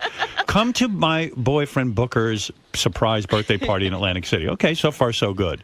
Then she goes and she writes, this is Alicia, the newscaster in Philadelphia. She goes, and what the girl who punched the woman in the meat market? There was no punching. Allegedly. Allegedly, please. If I've gotten elected 20 times. And then referred to the police officer as a lesbian? It's evidently a big misunderstanding. This apparently occurred. The officer had a short haircut. All right, listen. The one who emailed Rich Eisen, and his wife sent the email back. Allegedly. Let me tell you something. So maybe you should do that, Superfan. You got to hear this. So I get this email. It says, you tell me if you would go to this. Come to Chris Booker's surprise birthday party. Already know. Right. I'm having. Stop there. Listen to this. Stay in your rooms. Oh, here till we go. 10 o'clock. 10 o'clock, I'm going to have coffee and dessert. Now, I'm saying to myself, wait a second, I'm going to go all the way down to fucking Atlantic City. Now I got to hide in my room till 10 o'clock till this fuck gets there. for his birthday, so he won't run into me. He's Did going to they go. ask you to hide in your room? Stay in your room. was Stay not- away from your room. This is how he described it to me. He had And almost the reason talked it me out of changed. going. The reason it changed is because I spoke about it on the air. Oh, stop it, Howard. So stay away from blah blah blah. I mean, just stay out of the hotel till 10 o'clock. So hide in your room is what she's saying. It was not that way And at all. then I'm going to make coffee and dessert. What about fucking dinner? I'm there all. I mean, I got to stay in my room while Booker eats his dinner, and then I get to come out for coffee and dessert. No fucking way. You I'm are not so going. funny. Stay home. You didn't talk about it on the air. It was a surprise party. You didn't talk about it. That's right. Oh. So here's the deal. That would have been great. If you All did. she said was Booker and I are checking in at this time, and we're going to this restaurant. No. Just avoid that. That's not the way I read And it. then we meet at 8:30. I got to avoid the restaurant. There are 50 restaurants in the hotel. I don't need pressure. Oh my goodness. Well, also, Howard's 9 feet tall, and it's hard Right. for him to blend in, and people want to talk Nobody to him, would and people have want to seen take him. pictures. Admit I'm fun on vacation. Nobody, you are fun on I am. vacation. I make jokes. Sarah Yeah. loves me. Oh, Does Sarah yes. really like me? Yeah, she does. Yeah. Does There's she a lot like of Beth? gossiping. Yeah, she loves Beth. I don't know if she does. She Why loves do you Beth. say that? She does? Loves her. Yeah. All right. What gives Yeah. you that impression? What is going on? I don't know. I'm over just there? trying to see what's Stirring going up on. things Checking up? it out. All right. You guys play Scrabble or something when you're there? Or? Jimmy does. Yeah, Sarah and I play Scrabble I fucking constantly. hate. I played with him once. It was horrible. Like, because you They're had a really- performance like mine on the Superfan? Yeah, well, yeah, they're really good at it. And, Yeah. and They like, know all those words. They know words. And Yeah, it's hard to just jump into Scrabble. There's Yeah, a lot of I'm not little a words. Scrabble guy. I mean, I'll play, but Scrabble is like, who wants to know words? Words slow me down. Where does the fun come in on the vacation? Howard's a Yahtzee guy, a travel Yahtzee guy. Jenga. No, I'm a chess guy. Oh, right, of course. Yes, you should You know wouldn't that. know that. You should listen to the show, Jerry. All right, let's go back to Eric the Midget, who really did want to say something. Oh. Him again? Well, right. no, He's I been promised holding him. on. Yeah. All right, Eric, go ahead quickly. I was going to talk about my shows that I have tonight and tomorrow night. Well, Bye. that's very exciting. Take care, Eric. Eric, do you ever consider that your timing is horrible? That like we're having this fun conversation, and then all of a sudden you get on, and all you want to do is plug. Well, I told the people in the room since I was in my chat room since I wasn't listening to let me know when the contest was over. They let me know a bit too early, obviously. All right, quickly, what do you want to plug? If fun were a car, you'd be a speed bump. You understand? Do you guys ever listen to Eric's broadcasts? Yes, not only that, I really had to watch myself because I started to get obsessed with it. I started watching it online, and I realized I was headed in a dangerous path, and that I could become really just spend my whole life watching Eric. You were one of the online guys. Yeah, You would go onto his I JFSC. did. When I figured it out, I was like, "Oh no, I better not do this. I better not do this." Are you a JFSC member? I think so. Yeah, I think I had to sign up, whatever to watch. Eric, are you nervous about being in the movie? No, not really. He doesn't really get nervous. All right, good. I don't think Eric's going to come through. I think he's going to find a way to kind of weasel out of the it. movie. I'm afraid so. Oh, I hope Colin is writing for Eric because I don't expect much acting. I think the part has to be perfect. For Yesterday, I also Eric like is. the idea that Eric's mad at me after I got him tickets to the American Idol finale, the plane, all that stuff, and he screwed me and decided not to come. He's mad at me because I made fun of him. Like, Well, you shouldn't be that's- mad at him. But that's the best way to get on Eric's bad side. Do something for it. Oh, yeah, you're right. Yeah, he hates me, and all I do is nice things for him. I got him Catherine McPhee's home phone number, which she still thanks me Nice for her, too, yeah. Yeah, it was good for her. It was good for him. Eric?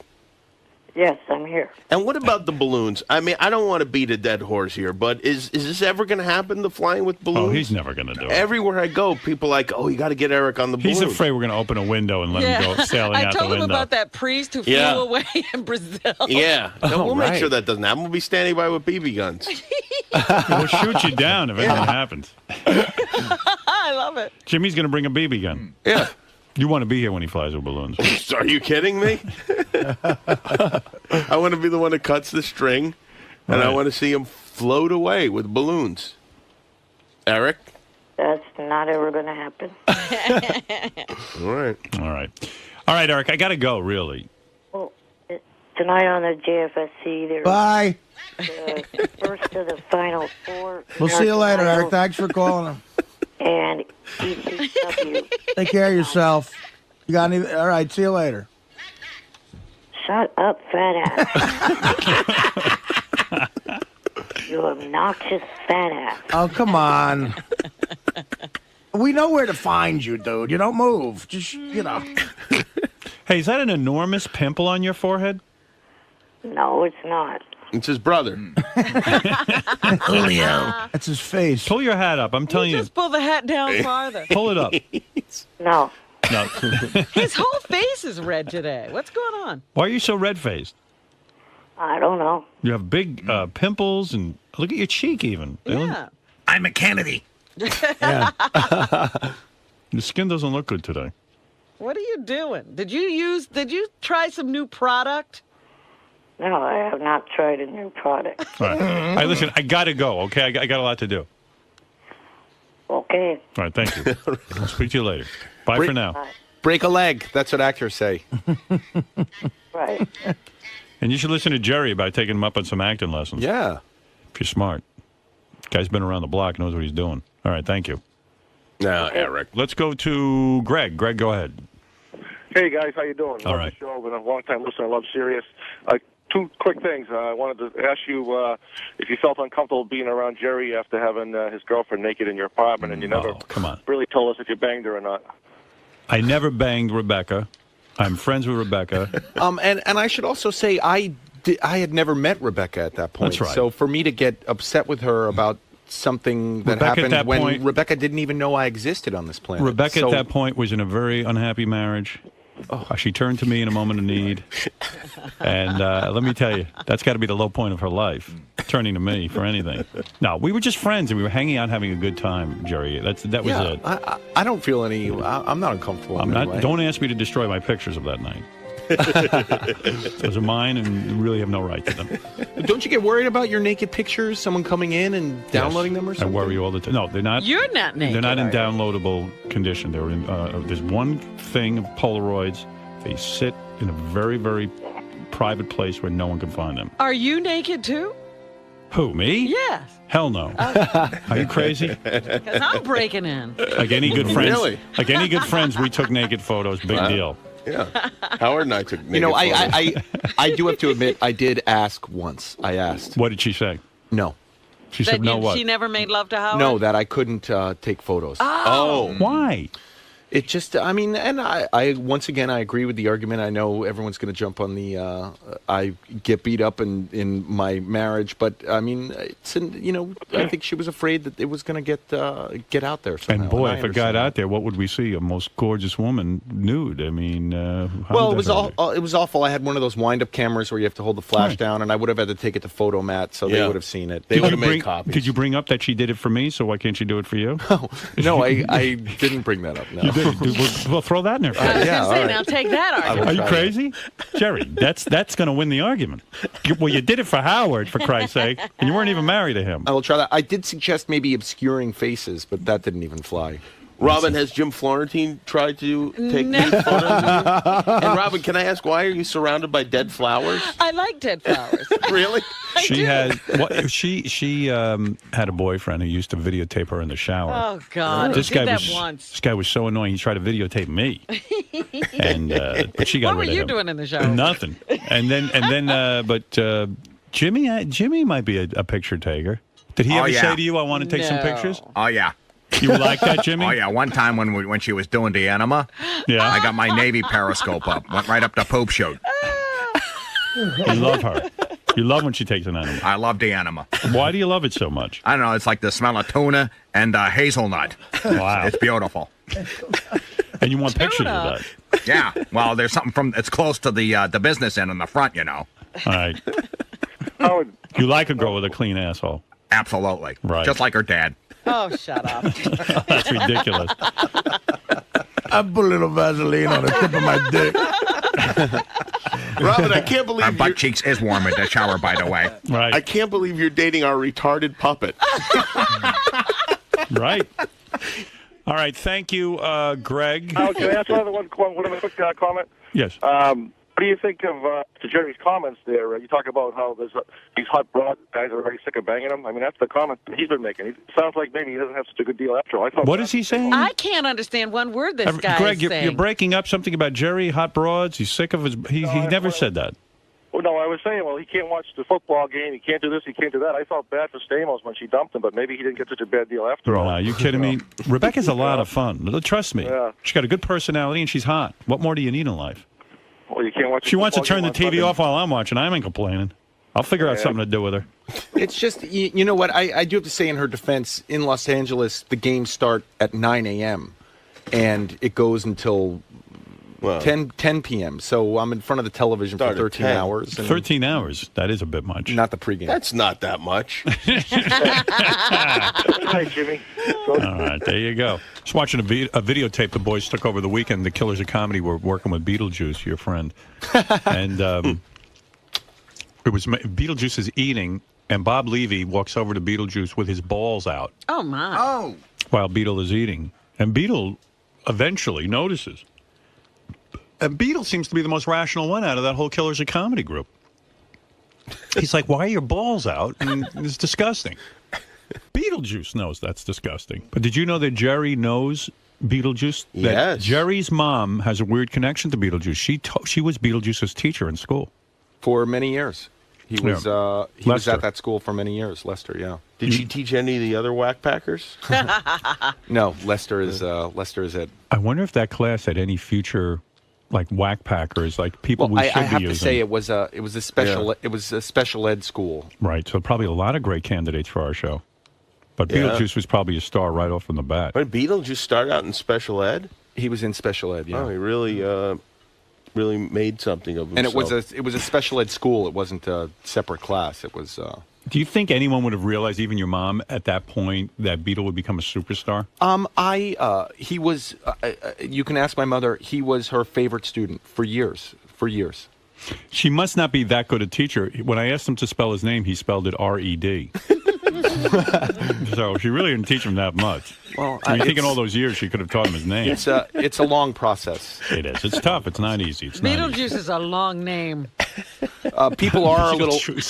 You know, my aunt also taught at the same school. It was a school called PS 31 in Jersey City, and everyone's very concerned because Lester still goes out locally in Jersey City.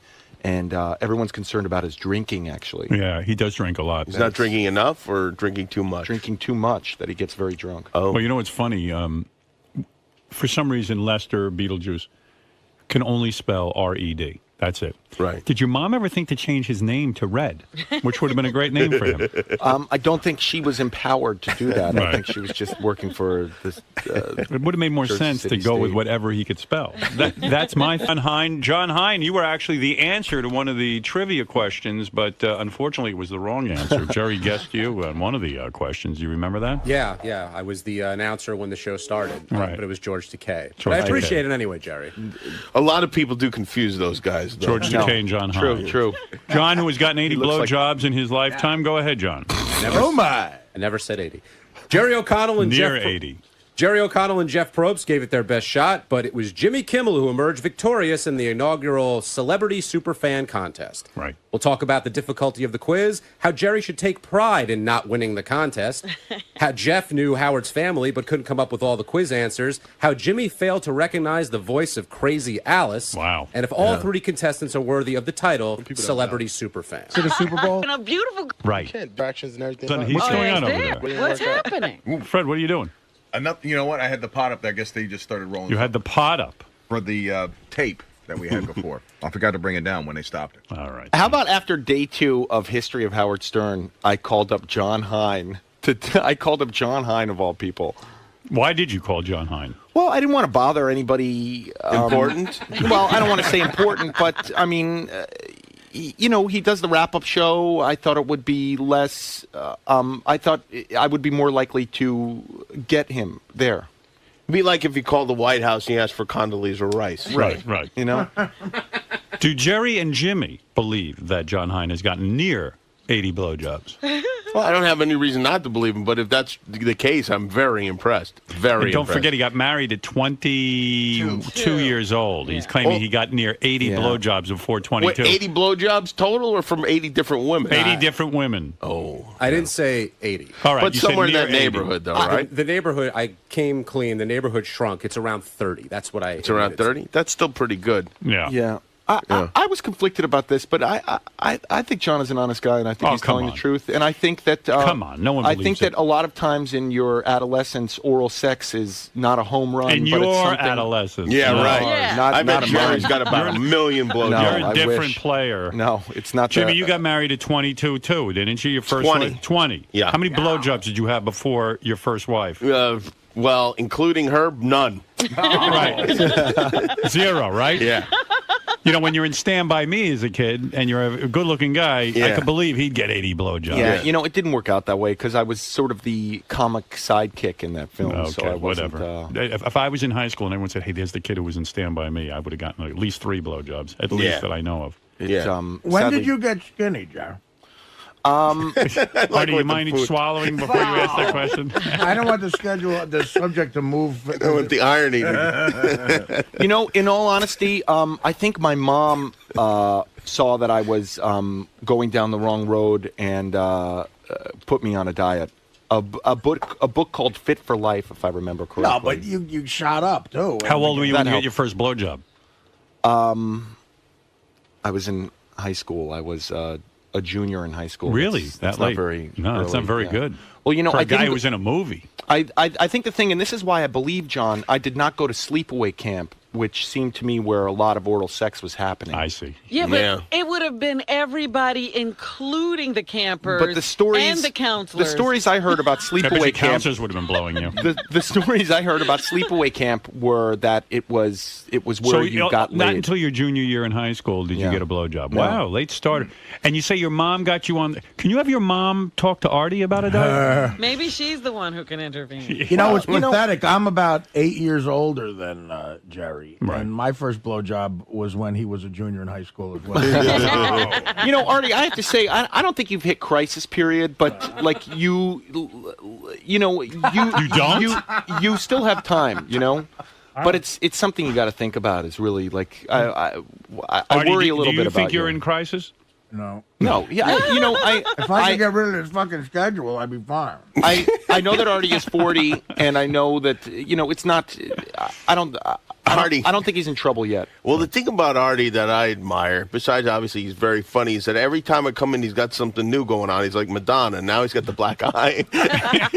He's always reinventing himself. Right. He's changing. That's a different level of dirtbag. Always working on that look. He really looks like a degenerate now, doesn't he? I mean, he's full-fledged. It's kind of terrifying. It really is. I really have to say, when you stood up, I got nervous. I heard You know, about the black eye. much like the heroin thing, maybe a year from now I'll blurt out the real story behind the eye. What is the be real good. story? Uh-oh, swallow it before you. I'm sorry. Yeah, don't choke. I think most likely, I mean, just if you were going to work the numbers, it's probably a domestic dispute. Yeah. that would be my What guess. happened? Yeah, he's all alone Honest, in all that right. What place. happened? What happened with the eye? I'm kidding. Yeah, you really just fell and went into a. Yeah. Yeah. That's worse in a way to me than if a hooker punched you in the eye. Jimmy, you recently named Artie one of your 5 favorite stand-ups. Is that yes. true? Well, yes, absolutely. Oh, yeah, I love Artie. I love Hey, him. that was what Love him. Reader's Digest he did. Right? That's right. Yeah. That was very nice. A lot of people read that. 4 favorite, I think it was. Yeah. 4 favorite. Who were the other 3? Comedians. Who Who was your other favorite? It was Sarah? no, Sarah wasn't on there. There were people that I felt like I wanted to name some people like that. If people, especially who read Reader's Digest, hadn't heard of. I see. Zach Galifianakis, who's a very funny guy. Chris Elliott, Artie, and there was one other, but I forgot who it was. You forgot who that was? Tracy Morgan. Tracy Morgan. Yeah. I like that you can't even remember who you named. Tracy Morgan. That's right. Yeah. Tracy's so funny. I wrote it like 6 months ago. I don't know. Let's get back to John. John, all right. Anything else on the wrap-up show? Yeah, when Artie had his Teddy outburst, Jerry actually called and we had a little conversation about it. He was genuinely concerned and wanted to help out. I was worried about Artie relapsing. That was my one concern. There's somebody blowing John right now. John, that's disgusting. Weird. Not in the studio. Wow, this guy really 81, 81, dude. 81 blowjobs. Just keeps on His climbing. penis is like a divining rod to tonsils. Terry, what is your number of blowjobs right now? How many different women have blown you in your life?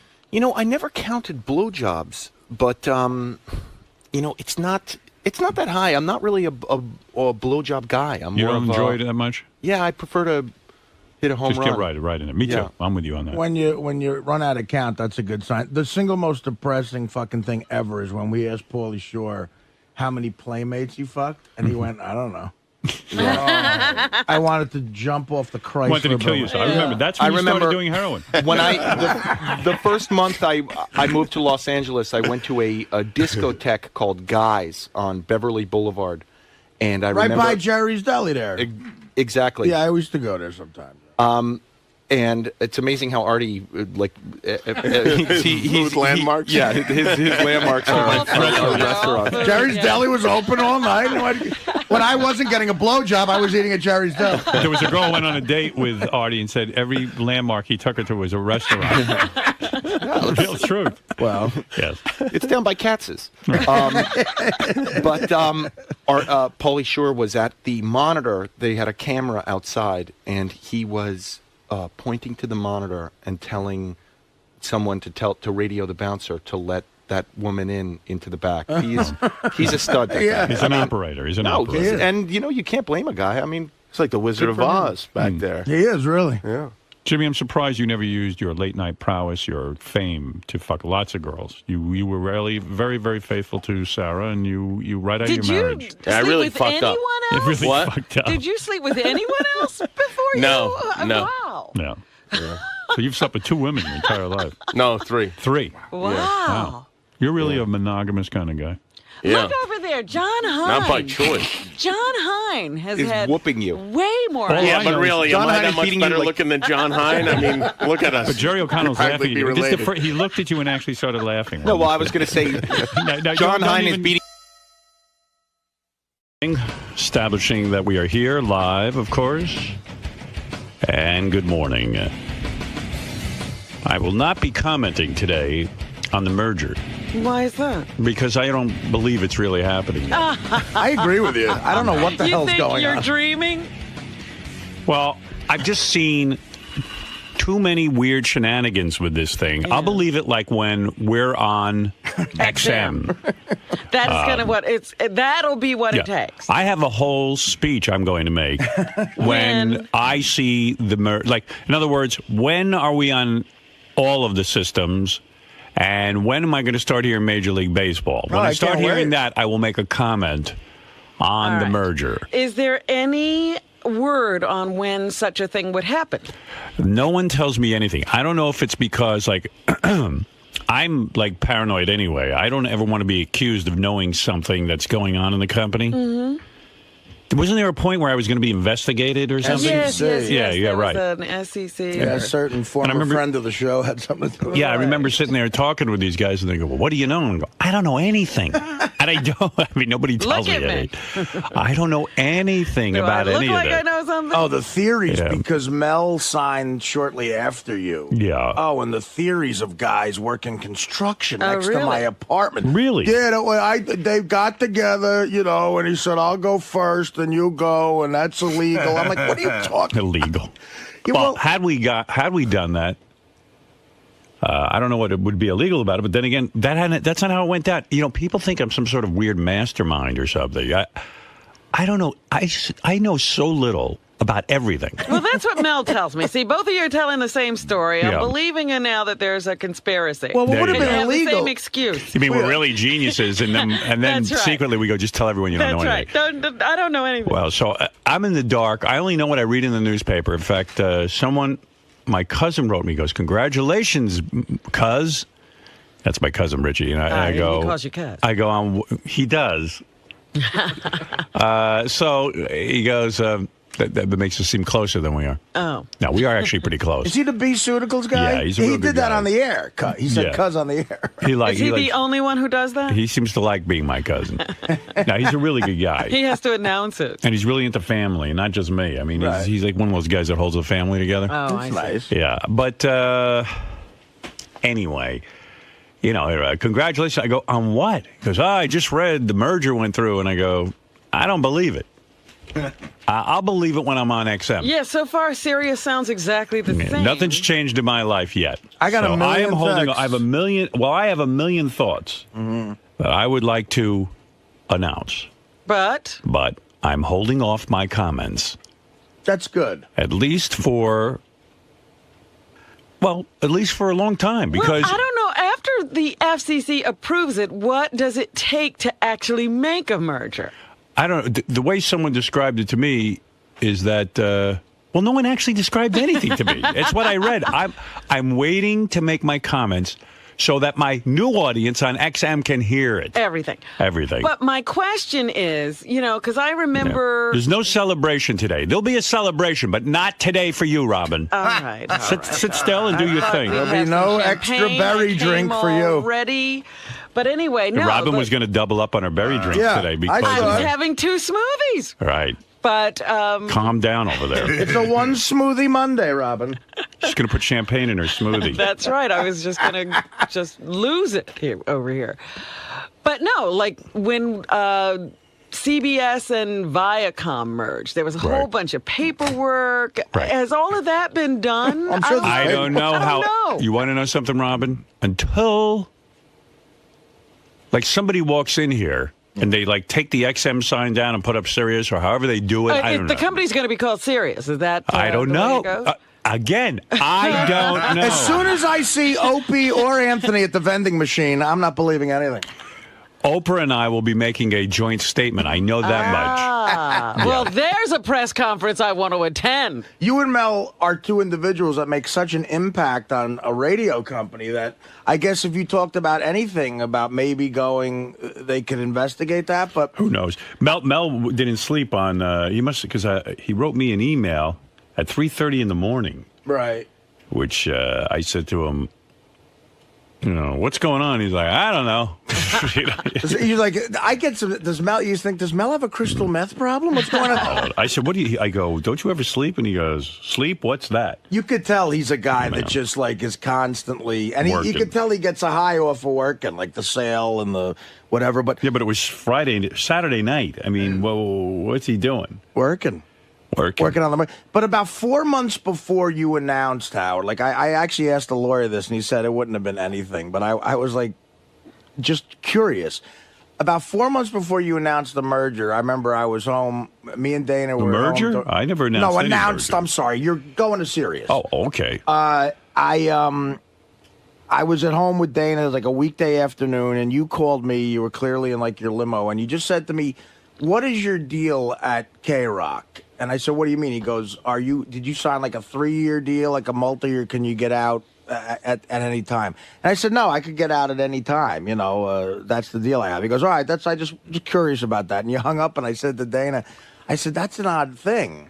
And we started talking, and he said, maybe, he's signing somewhere. And then we started talking about satellite, right? And we said, I don't know, what does that mean? And would that have been considered inside information? Absolutely. No, if he went out and bought 10 billion shares based on something like that. But you know what's funny about inside information based that on I can something like that? That's a hunch. Yeah. You didn't say anything. Right. But no, of course. Right. But what's so strange is, and this is the stuff I don't get about the stock market, which is why I really don't like the stock market. I don't understand it. I don't understand hedge fund. I don't even know what a hedge fund guy is. Yeah. I'm so illiterate when it comes to that. But I don't understand. So let's say you knew I was coming here, right? Right.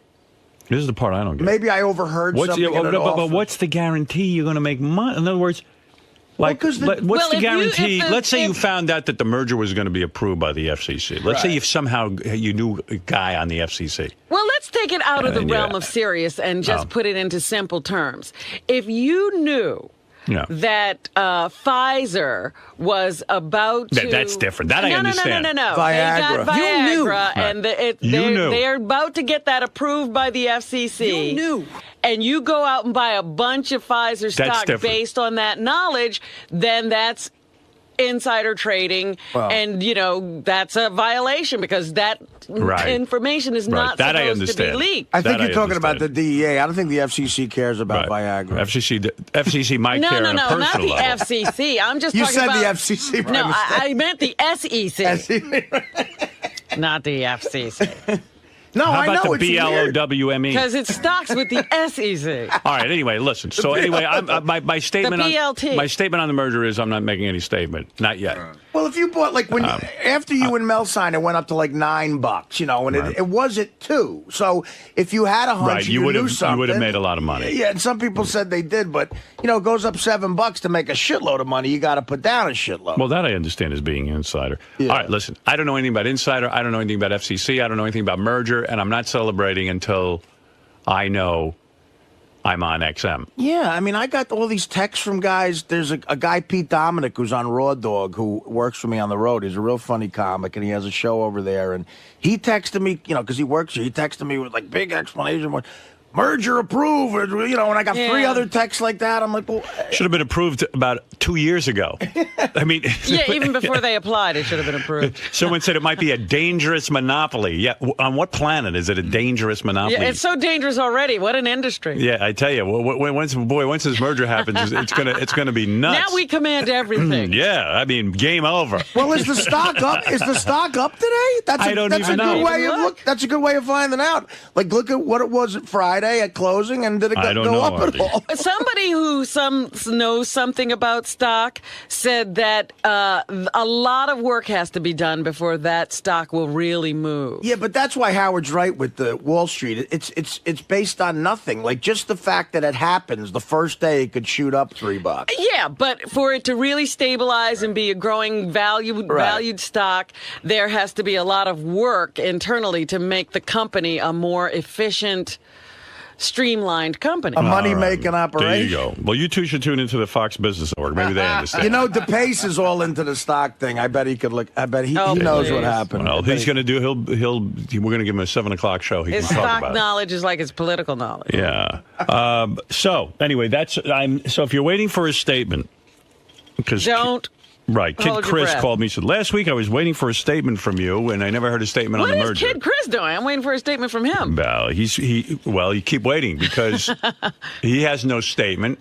He's trying to get paid. Yeah. They're doing one of those deals, I think, on him where he's not getting paid. Right. Because they didn't know what he did for a living. Yeah. Because that's a guy. For months, he was around doing things they didn't know, apparently. Yeah, evidently they didn't know anything he was up to. They have no talk about a violation. They have no idea what's on their air. Who do you go to when that happens? What organization regulates that? You go right to the police. The Jerk Off Association. Right. You know what? Actually, Kid Chris is doing great. He'll be opening for me at Levy's Comedy Club next Thursday. Is that right? I think. I think he's starting to. Is he? I heard. I don't know for sure. It might be some other comic told me that he heard Kid Chris, and it could be totally false. Might be doing some gigs with Levy, and I haven't talked to Bob, but I don't. Kid Chris doesn't do stand up, so I don't know what he's going to do. But I don't either. But anyway, I spoke to him, and he said I was waiting. I tuned in, waiting to hear a statement about the merger. Yeah. What day did he tune in? This was when the rumor was that the FCC was going to approve it. I see. And I said, well, rumors, I don't respond to rumors. I said, when I see myself on XM receivers, I'll know that the merger's been approved, or I'll know when it's all done deal. Well, I certainly wish somebody would put out some kind of a statement. Well, there'll be no statement from me. That's all I'm saying. Here today because I love Howard, and I was lucky enough to get invited. Not everyone gets that opportunity. So what are you going to talk about today?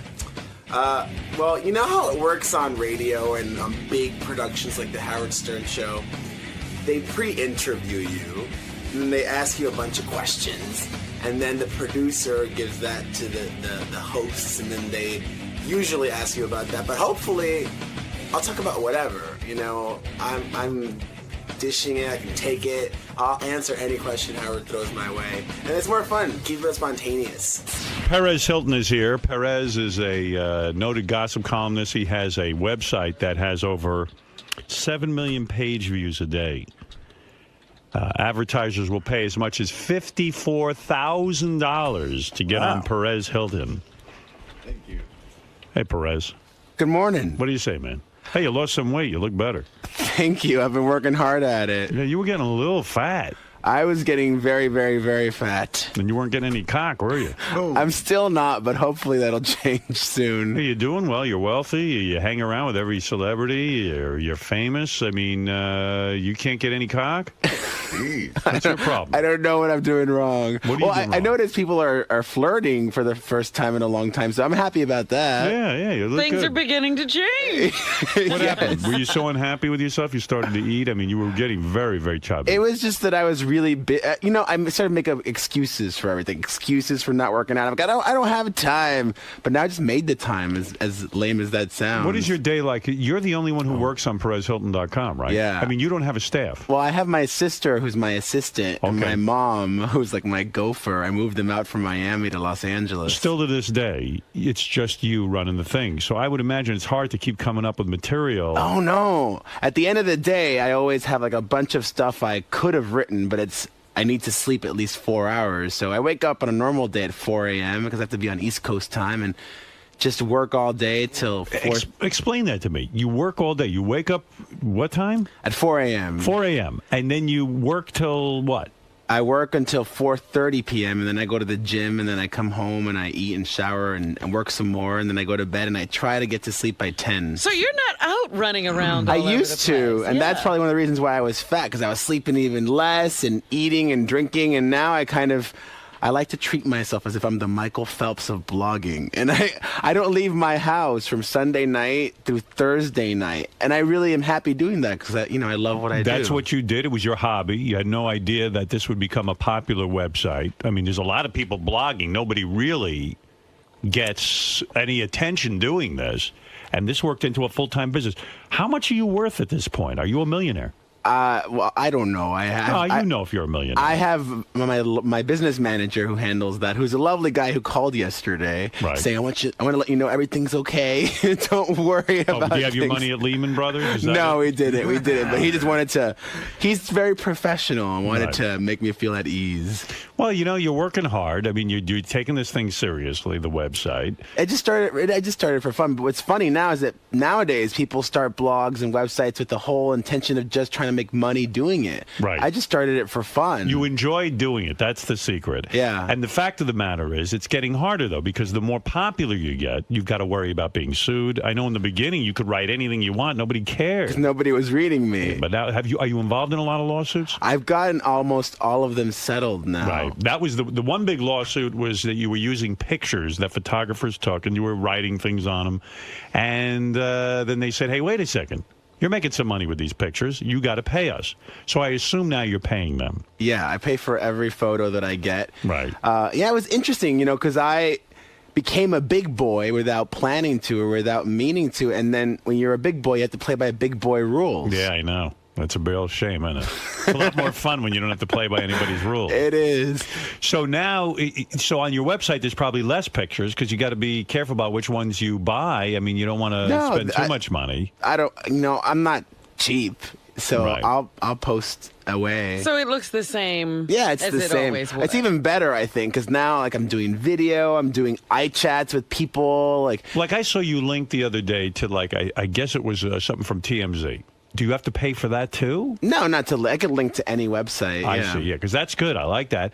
And then let's say, like the other day, you had a picture. I think it was Sienna Miller. I don't know one person. I'm so out of it now. I don't even know who Sienna Miller is, really. Oh, you do. I honestly don't. Well, she used to date Jude Law. Yeah. Right. But was she there naked and kissing some guy? Yeah, that Brothers and Sisters actor, Balthazar Getty. She's the homewrecker. And she looked nude and fat.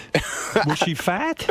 I think she was just hunched over, so she may have looked a bad angle. Yeah, a bad angle. A picture like that you have to pay for, right? I did, yeah. Yeah, you did. How much does a picture like that cost? It depends on who's selling it to you, who I have relationships with. I see. Thankfully, some people I kind of have all you can eat kind of thing, where where I pay someone a flat amount and I can use all their pictures per month. Oh, that's great. So that's good. I use those a lot. So is that like $100 to get a nude picture of Sienna Miller, or is it like $100,000? Not $100,000, Right. but yeah, it's more than 100. Are there pictures now you want to use, but you just say, I can't afford that. I'm not paying a guy $50,000 for a picture of Madonna's, asshole. No, it's really rare because there's so many paparazzi in Los Angeles, or actually all over the world, right? That very few people get exclusive shots anymore, right? And those are the ones that are expensive. But you're not at the point where you're going to have, somebody go out just to get an exclusive picture. You don't send people out looking. I for might things. in the future diversify. Who knows? Yeah. Famous people hate you when they see you, though, right? Don't they? Because you say mean things about them. They some do, and some have a sense of humor about things.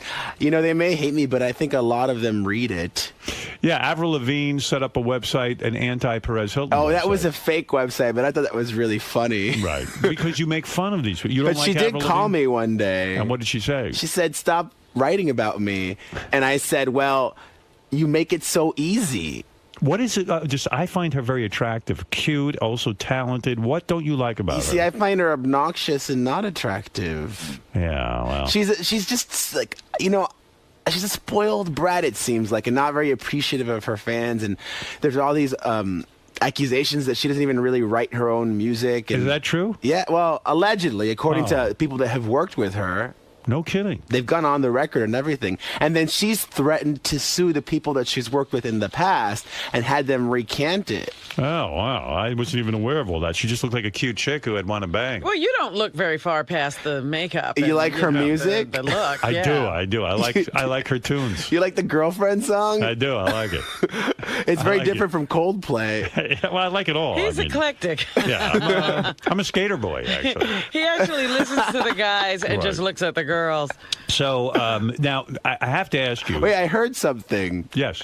So you're getting married soon. Soon, yeah. And I'm hearing you're getting married very, very soon. Very soon. Like within days. Oh, really? It may be wrong information, but that's what I heard. Because there's rumors about you all the time. I got to tell you. Every weekend of the summer, I was supposedly getting married. And I find it fascinating because, first of all, A, who cares when I get married? People obviously care. They evidently do care. And B, I haven't gotten married yet. And no, I mean, I'm getting married soon. But Are you going to sell the pictures and all that? No, you want to know something? We got approached. Not we. Beth got approached by, I don't even want to say the magazine. There were two magazines. In Style is usually one of them. It wasn't In Style. It wasn't? I don't think so. Well, Beth will be here. She'll tell you. She's a big Perez Hilton fan, by the way. She's on there like 10 times a day. I see her on there. She got to check in with Perez. And I always say to her, you're very shallow reading Perez Hilton. And she'll go, she goes, oh, I don't care, and then all of a sudden I'm looking over her shoulder and I'm reading. Right. As soon as you see her, you got to get into it. Yeah, right. But actually, I was talking about this wedding stuff, and then I was talking about something I wanted to tell you. Well, you were talking about the two magazines. That yeah. get Okay, approached. you asked me the question. So, the two magazines evidently offered $1 million. Are you kidding? You didn't turn that down. One of the magazines offered $1 million. You could donate it to charity. So, I said to Beth said to me, I would take the $1 million and give it to my charity. I said, yeah. I said, that makes sense. On some level, I said, but really, I'm not the kind of guy that really wants my wedding picture released. It's just not for me. I hate it. It seems like the douchiest thing you could possibly do. So are you going to ask wedding guests not to bring cameras and things like that? Yes, I am. I'll tell you why. I just wanted, people are being strip searched. The concept, yes, you especially. The concept behind the wedding was, we were going to have a family wedding, and then we're going to have a wedding for a couple of friends and some business people and, people we work with and stuff. And that was it. And it would be a dinner, and it would be simple. No one had to sit there and worry about being photographed and all that other shit. It would just be relaxing. That was the idea. But... No. So that's what's going to happen. No, that's what's going to happen. So I said to Beth, you know what? I give money to charity. I don't need to have my picture in the paper to give money to the charity. I know it would help some people and this and that. But I talked it over with my agent, and even he said, listen, that's just tacky. Forget it. You should give money to charity, to the charities you want to give to, and that's that. So, no, I'm not doing that.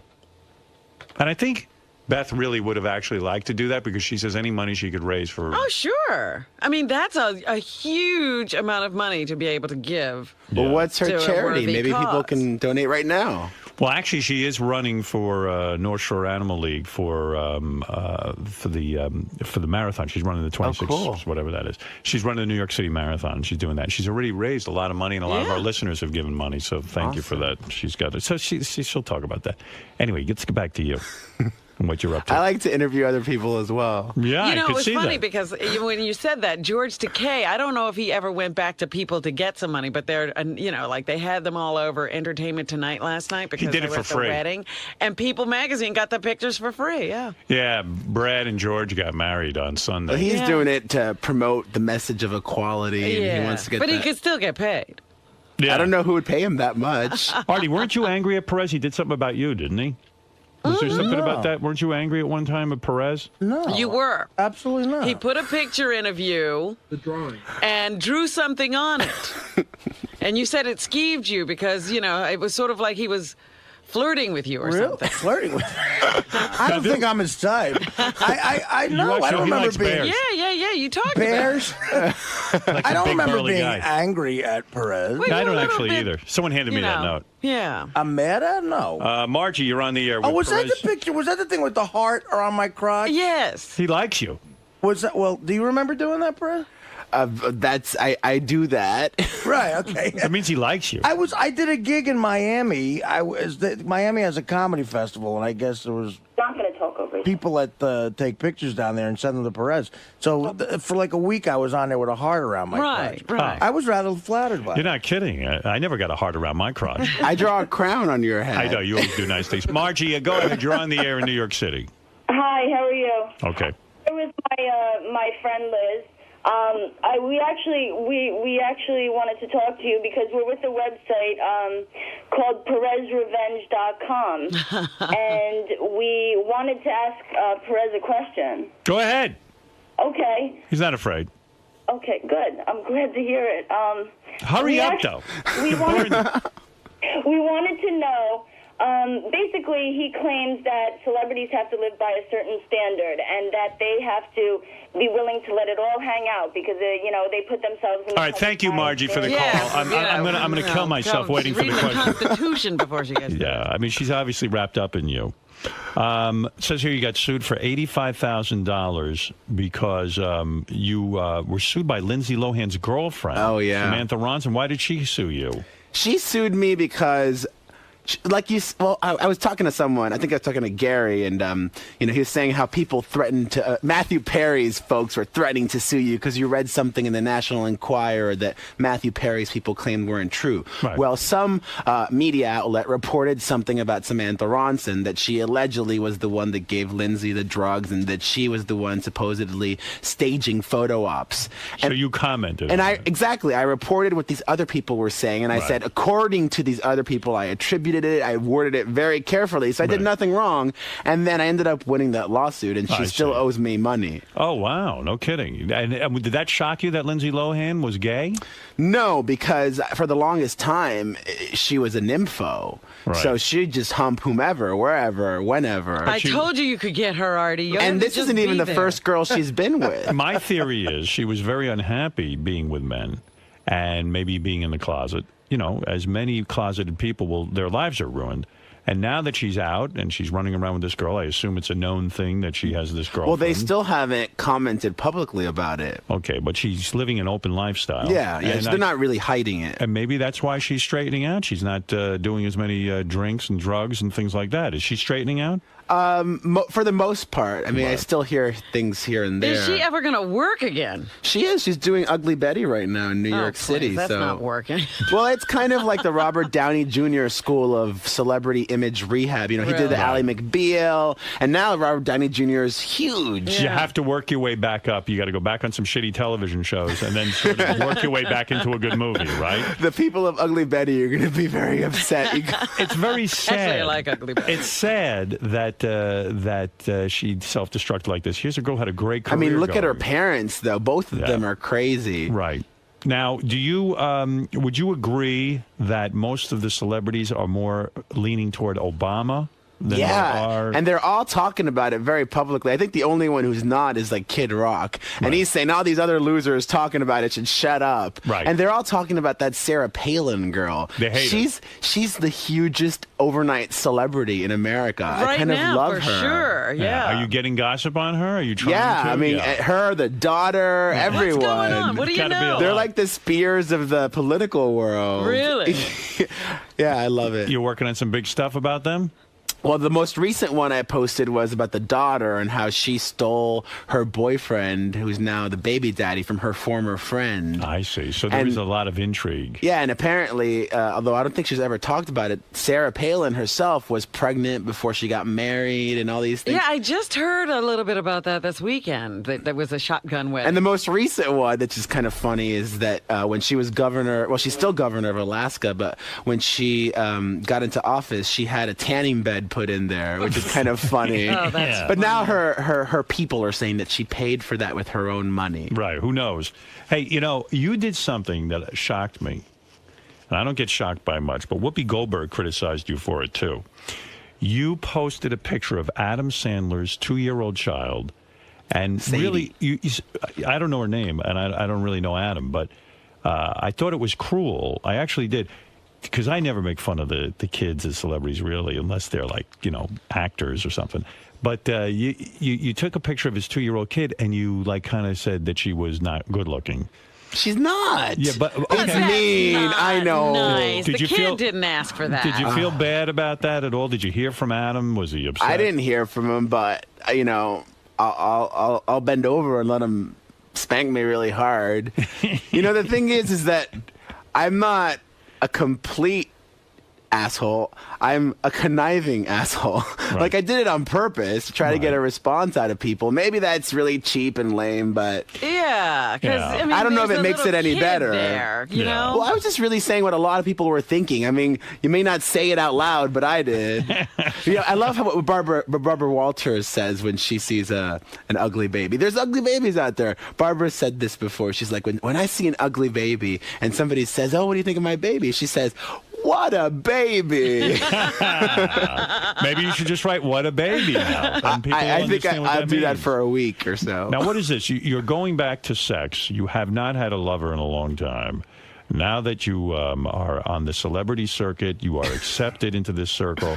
Do you think you might be hooking up with a famous man?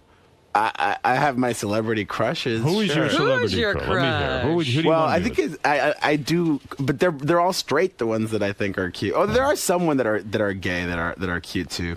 But I love the Zac Efron or You the like Chase him. Crawford. Right, that's you who you like want. those little. But that's just fun to pretend. I wouldn't ever want to date anyone that pretty because then I'd always feel so insecure. I'm dating someone so pretty. And what's the plan? Are you going to out more celebrities? You like to out celebrities. Sure. Whenever I you feel find like out someone's gay, you will report it on your website. Well, I haven't recently because I think I've outed everyone except for like some TV actors that are still closeted. But Right. does anyone really care about TV actors? And are you so successful? Yeah, people do. Are you successful now? To Well, the I point- should do it then. Is Gary right that you're getting your own record label? Yeah, I'm very Now, what is excited about that all that. about? What do you know about Well, like music? Howard, I love music too, and I like all different kinds. And, I feel like I have this wonderful opportunity. Whenever I mention a musician on my site, even if only 10% of my readers check it out, that's a lot of people checking out the music. And a lot of folks say, "Oh, I discovered this person because of you." So I want to really help people and discover talent that I think is amazing and guide their career along. Wow. All right. Well, that sounds It's interesting. something I'm really passionate about. I love music so much. How many readers are on that website? Well, nowadays it's actually like about 9 million, 9.5 million a day. It's really Wow. crazy. 9.5 That's million a day. individuals or It's hits? no, that's page views. People that Okay. come back All more right. than once. But that's what the advertisers care about. And you're getting $54,000 for a spot on your website? That's if it's taken every day. It's Right. not, that's for the wallpaper. I mean, I don't care about money that much. Right. All I care about is that I'm able to be with my family. I was able to support them, and I don't have to worry about paying bills. I have my business manager do that. I never balanced a checkbook. I felt like really stupid. Have you ever outed someone and found out they weren't gay? And have to put them back in the closet? No, nothing like that. I mean, I've always, it's fun to speculate, but I've never said this person is if I don't know. And you started your own clothing line. Yeah, I did that. I still do. I did one collection with Hot Topic, and now I still got my line on my website. Man, I tell you. And I got a book coming out in January. You can pre-order it on Amazon.com. Now, what is in the book? It's called Red Carpet Suicide, a survival guide to keeping up with the Hiltons. And I like to compare it. Jon Stewart came out with a really funny book called America a few years ago. So mine is like the Hollywood version of that. Why can't Jessica Simpson hold on to a guy? I mean, what's the problem there? Is it that she's a Well, you know moron? what's, and I kind of think it's sad. I once had a conversation with her, and she's that kind of girl that only likes to date famous dudes. She won't Right. date a normal person. Right. And that, just inherently is destined for failure, because when you're both really busy and you're a singer traveling the world and you're so-and-so doing that and you're never spending time together, how's that going to last? You're absolutely right. So how's it going to go with this football player? I don't know. I mean, there's rumors that she might be pregnant or just fat, but she really wants to make it work out with him. How's Britney Spears doing? Is she getting it back together? I saw her at the VMAs, and I was seated across the road from her, and I was like just staring at her the whole time. She's captivating to you? Well, yeah, for millions of people all over the world. That's true. And I was very happy to see that she looked normal and didn't seem drugged out. Because for a while there, she seemed like a zombie. Yeah, and she had the vagina. In every picture, we saw the vagina, right? She did it repeatedly. Yeah, and you showed. Did you see I her love stuff? vagina shots. I do too. We haven't talked about it. I saw a couple of blurbs while I was on vacation or something, and she lost her virginity at... Her mom, well, actually, those were reports that it may not be true, but apparently the mom has a book that's coming out Right. all about raising two famous fuck-ups. And the mom supposedly reveals that Britney lost her virginity at a really young age, even though she claimed that, like the Miley Cyrus girl. I bet you that Miley Cyrus girl isn't a virgin either. You think she's banging a dude?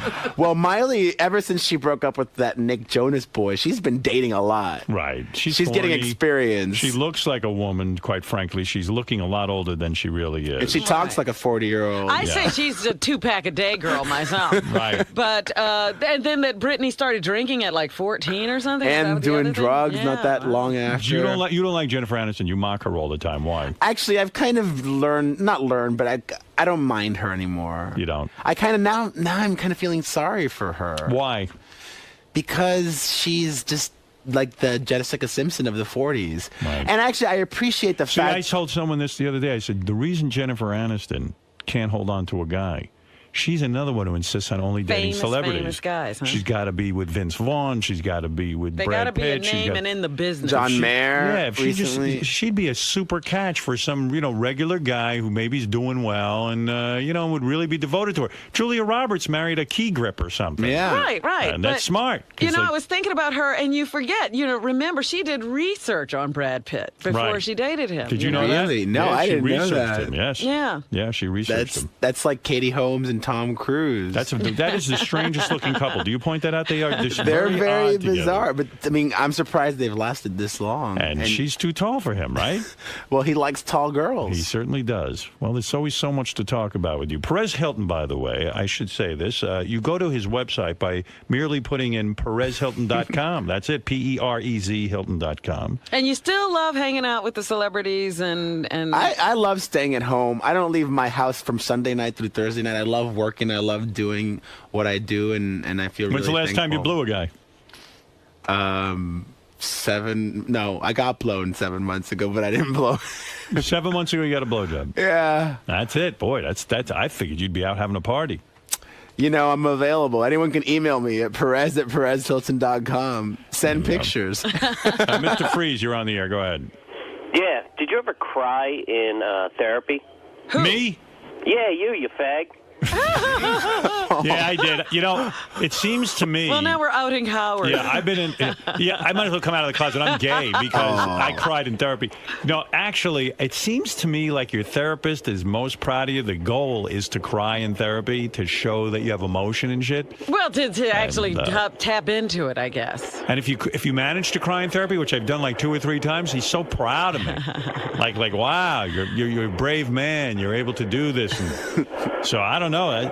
They get you into the mindset that it's okay to do that. Did you cry yet in outpatient therapy, Artie? No, not yet. That didn't break you down, really, Artie. I'm working up to it. You surprised by that? Yeah, I'm shocked. I did make out with the guy though. You did? No. My therapist. My ears perked up. So they're moving right along in therapy. Yeah, we're really hitting it off. Let me tell you something, Perez. You're doing all right. Thank you very much, I Howard. like your website. I think it's done appreciate it. very, very well. And, Tell Beth I say hi. Oh, you'll see Beth. She's here. All right. Well, I'll go say hi. You see, she'll tell you everything that's on your website. You can quiz her about anything on your website, and she'll know it. Well, maybe you could send me the wedding picture and not give it out to everyone. Honey, are you here? Hey, Gary, is Beth here? What? She ask her any question. You want him to quiz her about any celebrity? What? What? She's here. Huh? Ask her if she wants to meet Perez Hilton. Okay. I'm telling you, she's on that website 900 times a day. Between that and texting. Girls got to stay informed. She loves that gossip. It's research. Yeah, she reads that. She reads Us Magazine. She reads all I know that. she reads all the tabs, and she's Yeah. always into page 6 in the morning. Hey, hon. Oh, there's my... Look at her. Oh, my goodness. Hello. Good morning. Hello. You too. Your website every day. Oh, thank you. How many times a day are you on PerezHilton.com? Me? Yeah. Oh, just once. Oh, that's a lie. No, Come on. that's not true. Honey, you're on there all the time. So embarrassing. No. No, tell the truth. You're on there a lot. You're on Just there. once. But every day. Well, thank you. That's how I knew that you were on today. Perez, ask her anything about any celebrity. She can tell you. Oh, honey, that's really embarrassing. Come on. Go ahead. What do you think about Howard liking Avril Lavigne? Oh, you always had a little crush for her. I mean, I like her. Yeah, I like no, her she's music. good and she's cute. You think she's Yeah, hot? right. Yeah. No, but Perez, ask her any question Like, about what's any, on the ask her website? like the name of Adam Sandler's kid, and she'll know. I don't know that. Oh, you don't know that? No. Well, thankfully, I don't talk about the kid that much. Good, yeah. No, you're mean about some kid. You know who you're mean about? Is Demi Moore's daughter. Oh, Rumor Willis. You're really She's really mean. ugly on the inside. On the inside. On the inside, She's she's so ugly. What are you cute. saying? You see, the thing about Beth Rumor... gets upset when you do that. I The thing do. about- Leave the here's- kids out of No, it. Oh, I but think she's ugly on the inside. Here's my thing about Rumor Willis. She's kind of like a dude, or no, no, she's not a dude, but like there's just some people that fuck their way to the top. She fucked her way to the top without having sex. Like she kind of latched on to other celebrities just to try to get famous herself. Like she was hanging out with Lindsay Lohan, and they were BFF for the longest time. She was hanging out with Hayden Panettiere, and they were BFF for the longest time. She put herself in the spotlight, walking the red carpets, and she was doing nothing. She was just Bruce and Demi's daughter, and that to me just kind of made me. In other words, ew. you don't respect her because she's only Bruce and Demi's daughter, and that you can't be famous just for that. I mean, you can, But and you she don't like is. it. But that puts you on. That puts her on the shit I list. just didn't like how she went about it. Yeah.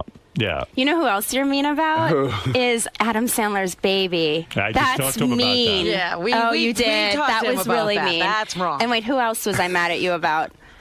There was one more. I'll think of it. But you love it, huh? That's Oh, yeah. quite a rock. Are you going to send me your waiting picture? Oh. You should. I don't know about that. We were talking about that. We actually Or gave maybe the out honeymoon picture. You're going to go on honeymoon? Nah, we've been on a million. Well, I mean, you know, we'll be. My life is a honeymoon. Oh. Thank you, sweetheart. Didn't something wonderful happen last night? We can give Perez the exclusive. What happened? What happened? I made love to her. You go right about that, Perez. It's the How first often time. do you Go do ahead, that? quickly. Get on your You have website. a really bad picture of me that you put up. We need to update that. All right. You got to send me the wedding photo. What else don't you like about Perez's website or like about it? I'm informed by it on a daily basis, but there's another child that I'm upset over that you talk Rumor about. Willis. Rumor Willis, the Sandler child, and then there's one more that I get so upset about.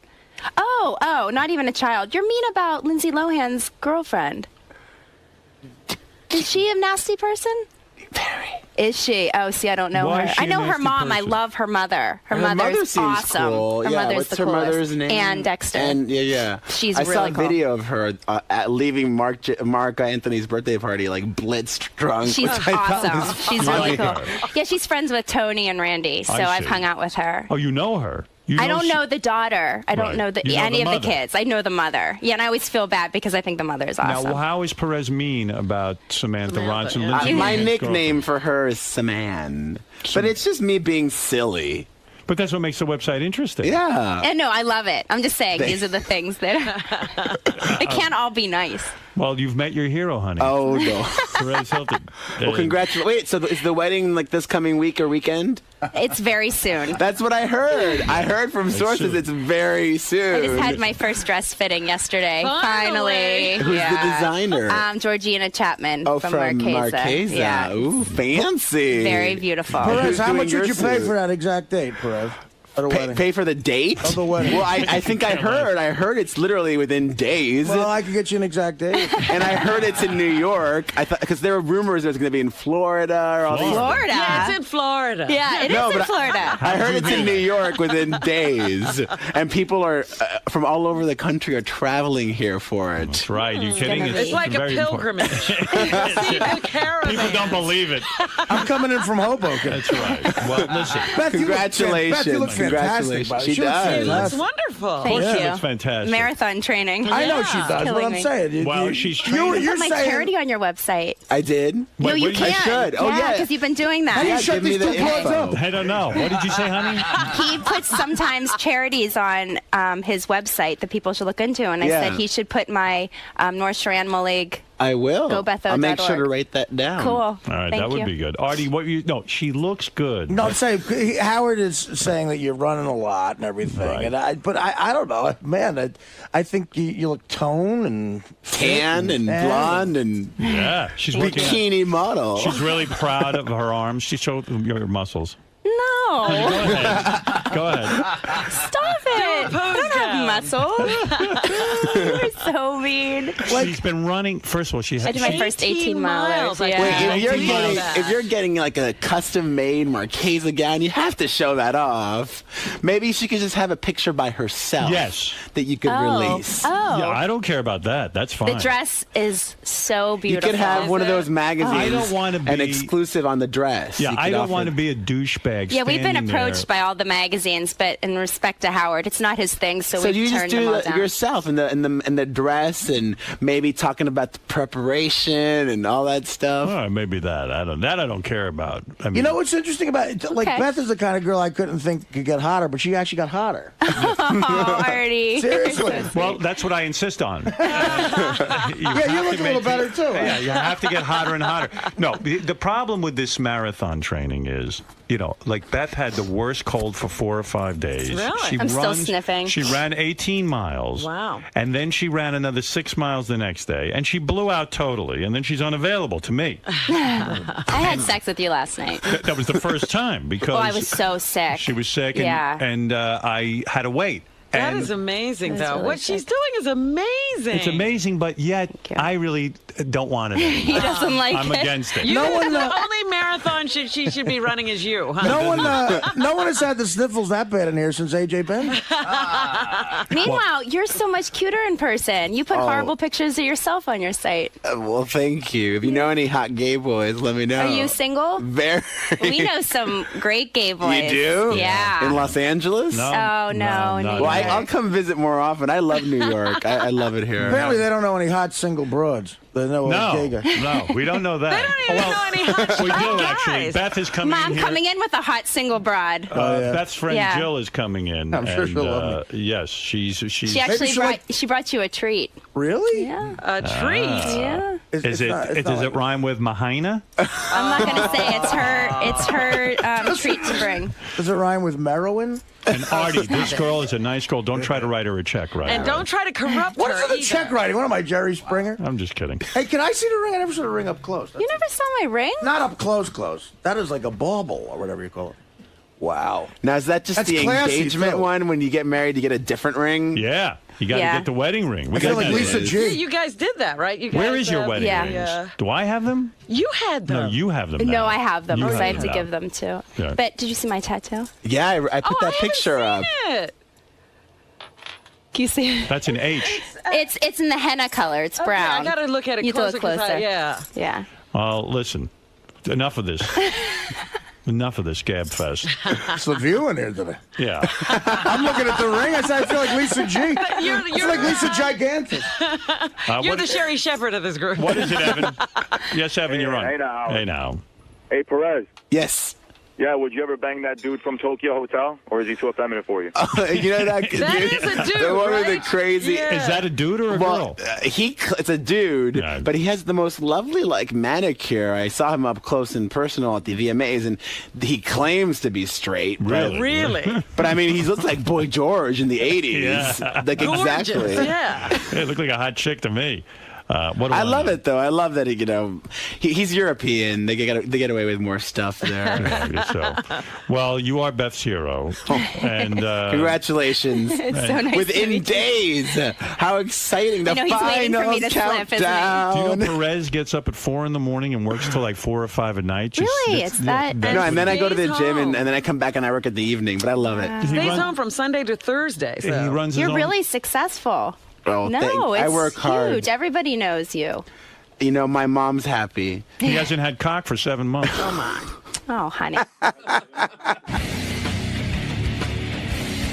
That how'd was it go, fun. man? I can't believe we talked for that long. It's like what, like over a half hour or something?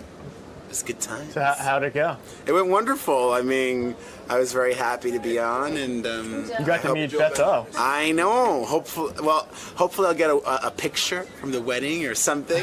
Maybe the No, we dress. I'll take the exclusive. No drawing on it, though. No drawing. I'll just put my logo on it. PerezHilton.com exclusive. Now, she was giving you a little heat for being mean. You know, I dish it. I could take it. I don't mind. I didn't say I'm not gonna ever make fun of kids again. All right, so you had a good time, man? I had a great time. Hopefully, I'll be back on soon. Maybe All right. January when I Yeah. got the book coming out.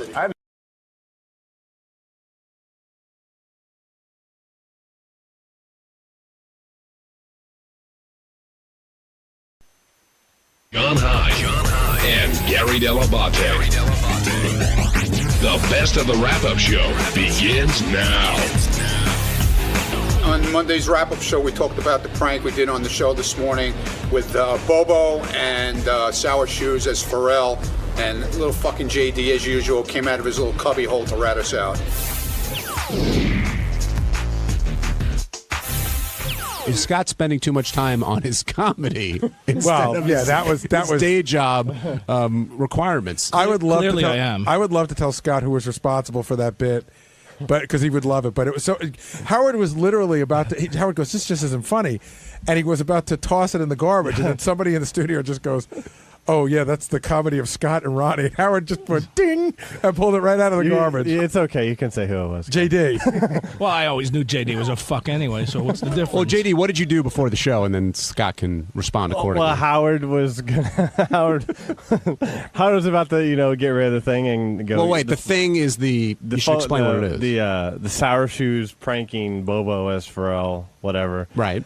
And Howard goes, well, this, really goes nowhere. I'm not really going to do anything with it. And me and you are standing over there, and I just say to you, this is another Scott and Ronnie bit. And it's all your fault. And Howard liked that angle, so. Love that angle. And I'm sure Ronnie will love it. Listen, not every bit that the professional writers write goes somewhere. I mean, yeah, but they don't submit them all either. Yeah, well, yes, they do. But I've heard them. No, you probably you believed in the bit, or you wouldn't have given it to us. I didn't think it was hysterical, but I thought it was, Well, that's a good. But Gary brings up a good thing. What are the ones he didn't submit? I don't do bits, you fucking asshole. We just did. We pranked Bobo, and we just thought it was, it was something to play and see if Howard liked it. So we didn't like it. We gave it a shot. Howard says, always try. Give me stuff. If you think it's stupid, give me stuff.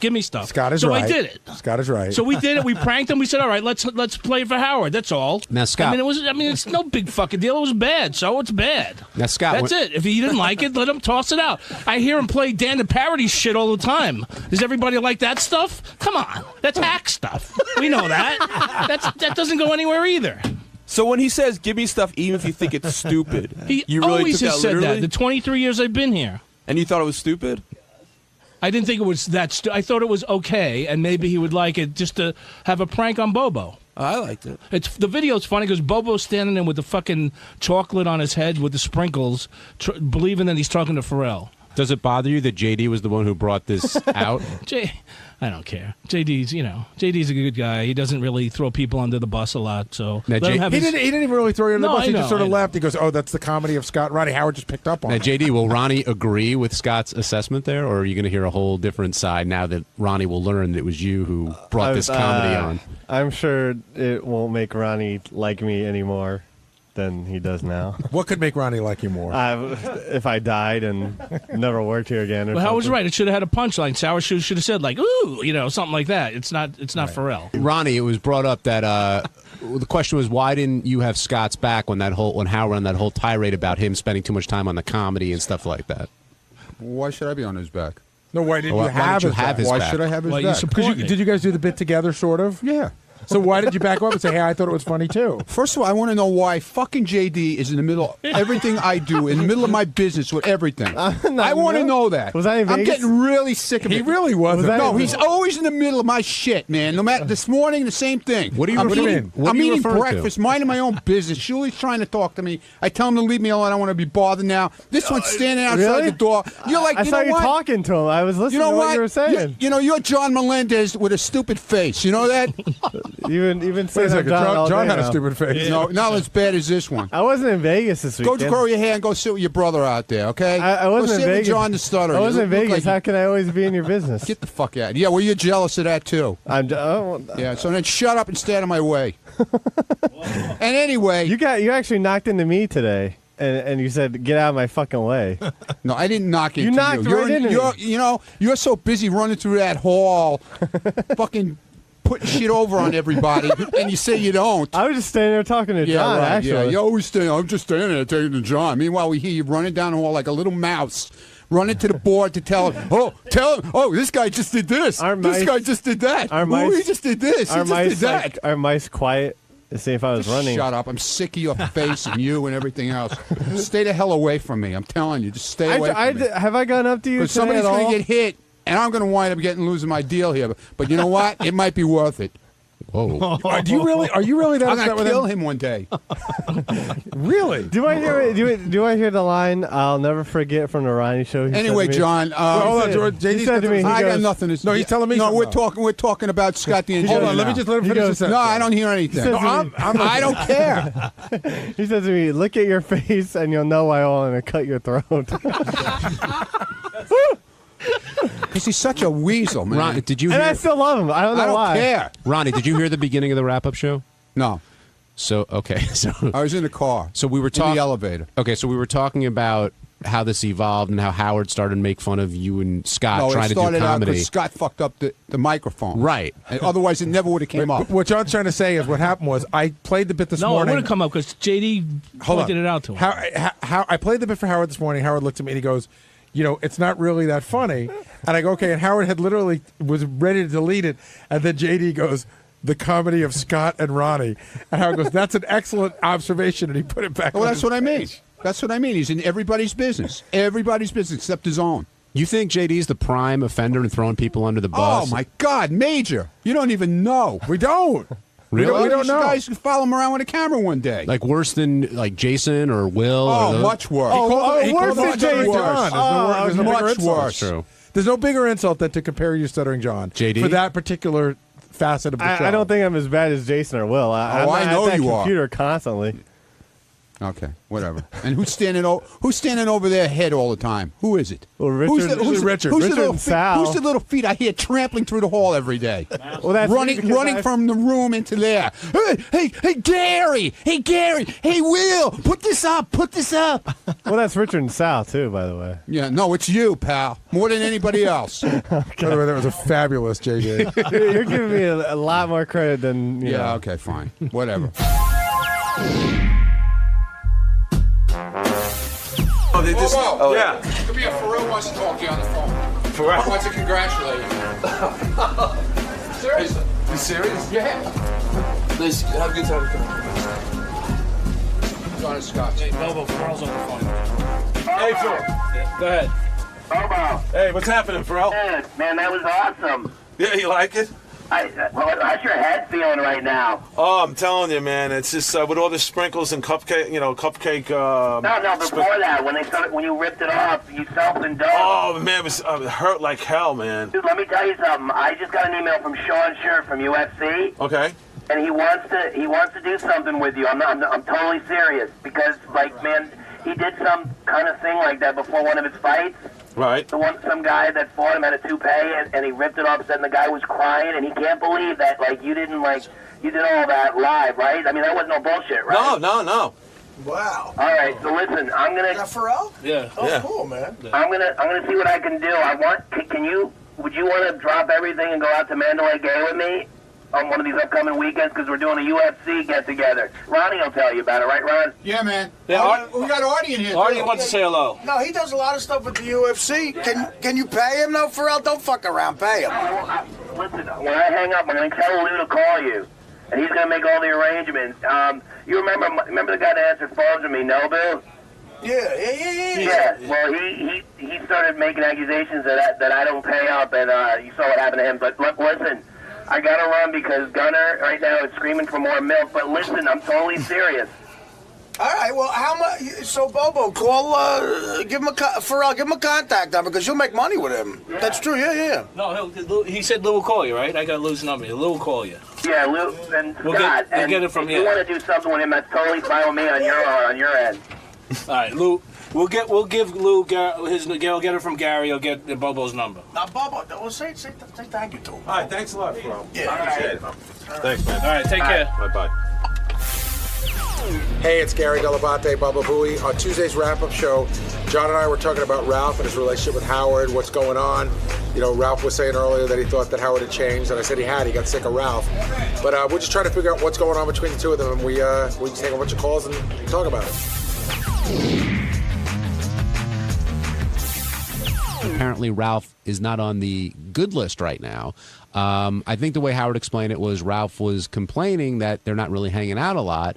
And Howard said, well, yeah, you sort of threw up in my house. But I guess it goes in spurts. I think what Howard was really saying, he was a little irritated about that, but that they hang out in cycles.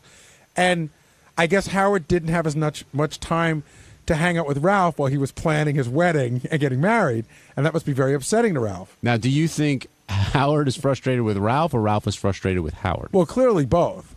I mean, Ralph said Howard's changed. That's in Ralph's mind, the difference in the relationship is that Howard's changed. I think we have that one. Hit 2, Teddy. If you missed it, this was Howard and Ralph talking about, well, who's changed?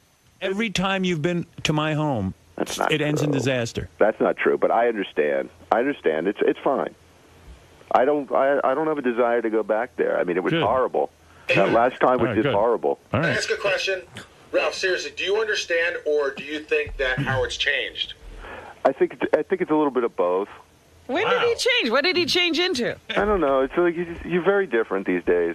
Good. Maybe I've grown up. You're very man about town, Mr. Hamptons, Mr. You know. Yeah. Okay. Oh, geez. And you're Mr. What? Mr. Wonderful. Sorry, I don't want a guy vomiting in my home. See, that's also unfair because I was out at Howard's house one weekend when Robin and Ralph were there, and Ralph had a great time, and we were in the Hamptons, and he didn't seem to be annoyed that Howard and Beth were Mr. Hamptons. Well, let's talk to Benny in Canada. Benny, you're on the wrap-up show. Hey, what's up, boys? Hey, Benny. It's Danny. Anyways, it's just, I don't like Ralph too much either, but it's just, I think that Howard's been a changed man since his marriage, too, you know. I think he's been hiding behind a little closet door, being a goody two-shoes until he got married, and all of a sudden he's the old Howard that we got back now, you know. I don't even understand what that means. So you're saying he acted a different way till the wedding, and now he's been acting different? Yeah, like before he wasn't, you know, like the old Howard used to be. Like, example yesterday with Sandy, you know, he got all into it and started dancing and everything. A couple of months ago, he wasn't like that, you know. He was tied up Howard and he wouldn't open up so much. And last week you guys went out again, you know. Like, it's like old Howard's coming back out, you know, ever since he's got the wedding back locked in, you know. he's been like a good guy until he got it locked in, and now that it's locked in, he's old Howard again. You know. Have you guys noticed Howard changing since getting locked in? Either one of you guys? No. In fact, I mean, Howard going out last week, he could have gone out with a tamer group of guys. You know, it wasn't like he went out with his wild boys and they cruised the clubs and went crazy. He went out to dinner. Yeah, he went out to dinner, but you know, I don't know. I find that he's changed the last couple of And weeks. also, if you again, I'm just saying, I don't know that he's changed much one way or the other. If you watch him and Sandy Taylor dancing, they're only 10 or 12 feet apart from each other. You know what I mean? Well, that's my opinion. Okay. That's cool. Keep up the good work, guys. Thanks. Thank you for your call. Greg in New York, you're on the wrap-up show. Hey, how you doing? Hey, Greg. Listen, this whole thing with Ralph, I mean, Ralph is upset because Howard is actually taking a little responsibility. He's got a wife now, and he's got to share time with her, not with Ralph. Ralph is just upset because he can't go over and watch Batman cartoons with him anymore. Yeah, but Greg, I would buy that, except for the fact that Howard and Beth have been together for a very long time. It's not. I mean, yeah, they're Mr. and Mrs. and she's Beth Stern, but what's really changed there in terms of time? Well, I wonder. That's a good question. I wonder. We should talk to other people too.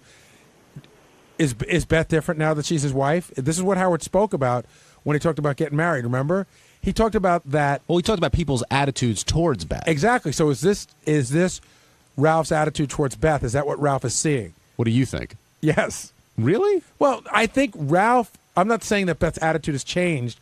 Maybe Ralph sees it that way. Are you talking about new Beth? No, I'm talking about Mrs. Stern. Okay.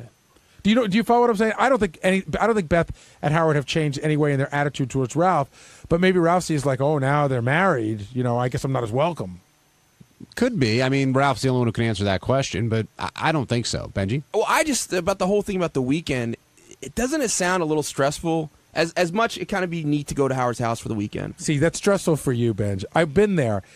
Go there. Don't act like a jerk. And you'll be fine. Yeah, but Ralph had okay. If I'm hanging out somewhere for a weekend with a buddy, I want to. And if it's not going to be that way, I'd rather just not do it. Just like wake up when you want to wake up. This is what I say to my friends: wake up when you want to wake up. Eat when you want to eat. You can. And here's a key: just don't fuck around. Yeah, but if you were the friend and you go, you know what? I don't want to eat now. I want to eat later. Or could you pack that up for me? Or it sounded like the way Howard described it, Ralph was taking advantage of the time. Yeah. The other thing is, listen. There is a bit of a schedule there because I have someone cooking. The guy, he's not at your beck and call. So okay, we're gonna listen. Whether you have somebody cooking for you or whether my wife is cooking dinner, if we're eating at 6 and you show up at 8, you're being a jerk as a house guest. And if you think that's too stressful, I would say don't come. And it's also not his first time there. Right. And you're saying you and your friends like the guys. But this isn't the guys anymore. This is come over to, I'm married, this is our house, come on over, and this is how we're going to hang. It's not a frat party, which is what you make it sound like. The guy comes over, come and go as you want. In other words, I'm just saying, otherwise, for you, staying somewhere for a weekend, isn't that a little stressful to have to be under someone else's schedule? No.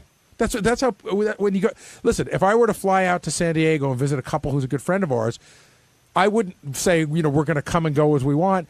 They are on a schedule, and we're going to be on their schedule for the 2 days that we are their guests. Unless they're the type of people who don't have a schedule, in which case it's free reign. But mostly, Gary's right. Like, if you come to my house, yeah, I sort of, I say have a good time, do what you want. But, if my kids are sleeping, I don't want you having night tremors or something like that. If somebody comes over to your house for the weekend, you would say, hey, listen, we're gonna eat dinner tomorrow night around 7. Because everybody eats dinner at a different time. Somebody would like to know that.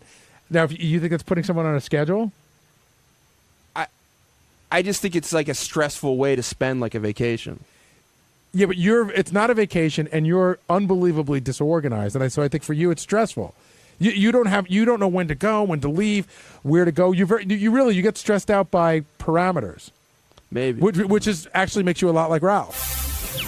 Hey, it's John Hein, and on Wednesday's wrap-up show, Ralph shockingly called in to talk about his little tiff with Howard. But the big surprise was at the end of the show, Howard called in because Ralph pissed him off once again. And the fight continues, and we got a little more insight into their relationship off the air. And, listen for yourself. Here we go.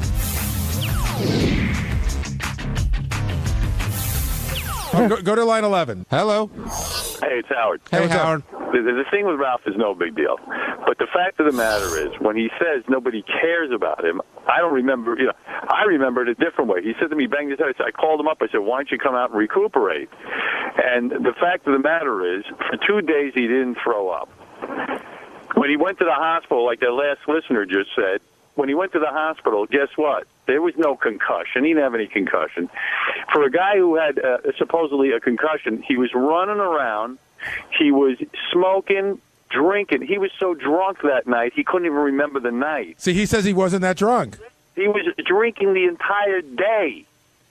And he was eating. He was so hungry from his not eating because he never eats. He started to eat and eat and eat. I mean, he ate an inordinate amount of food. Hey, Howard, Ralph's on the phone and he wants us. He's got his. The reason he vomited is because he overate and he drank and he smoked. You want to hear Ralph's side of the story, Howard? He's on right now. I know this side of the story. Go ahead. I don't care. Hello? Yeah. Hello?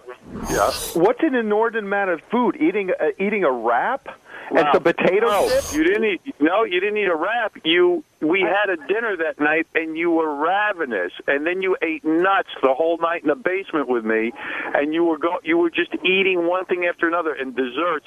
You get so hungry from not eating. You think And listen, you're no skinny marink yourself. You got man titties now that are pretty big.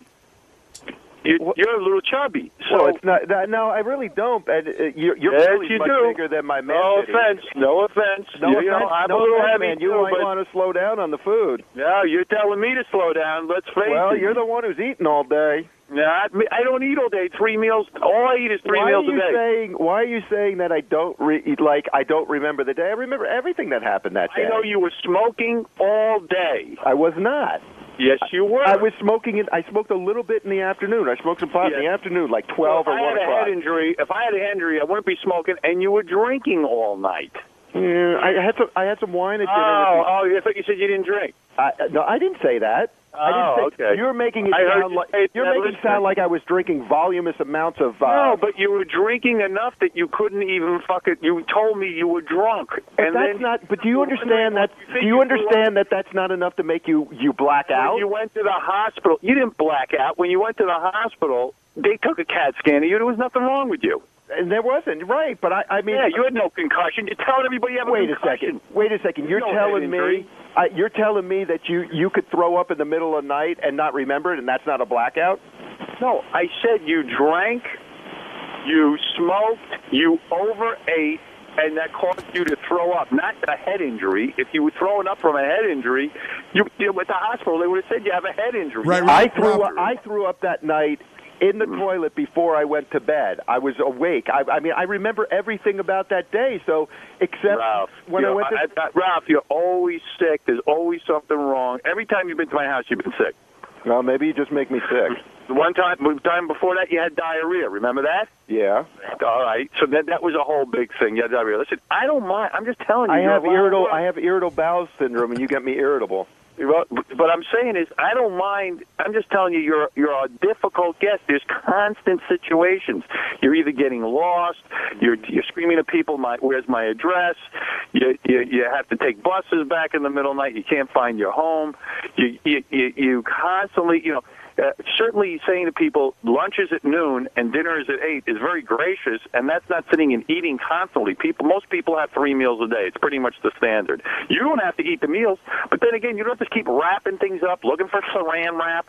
I'm just saying, you're high maintenance. I did that once. I wrapped up a sandwich so I could eat something later. Oh, and it's like, while I'm eating, do you know where the saran wrap is? Do you know where the ice is? Do you know where I can get a cup? Do you know where? I mean, Ralph, you're high maintenance. Just accept it. Well, you're high maintenance.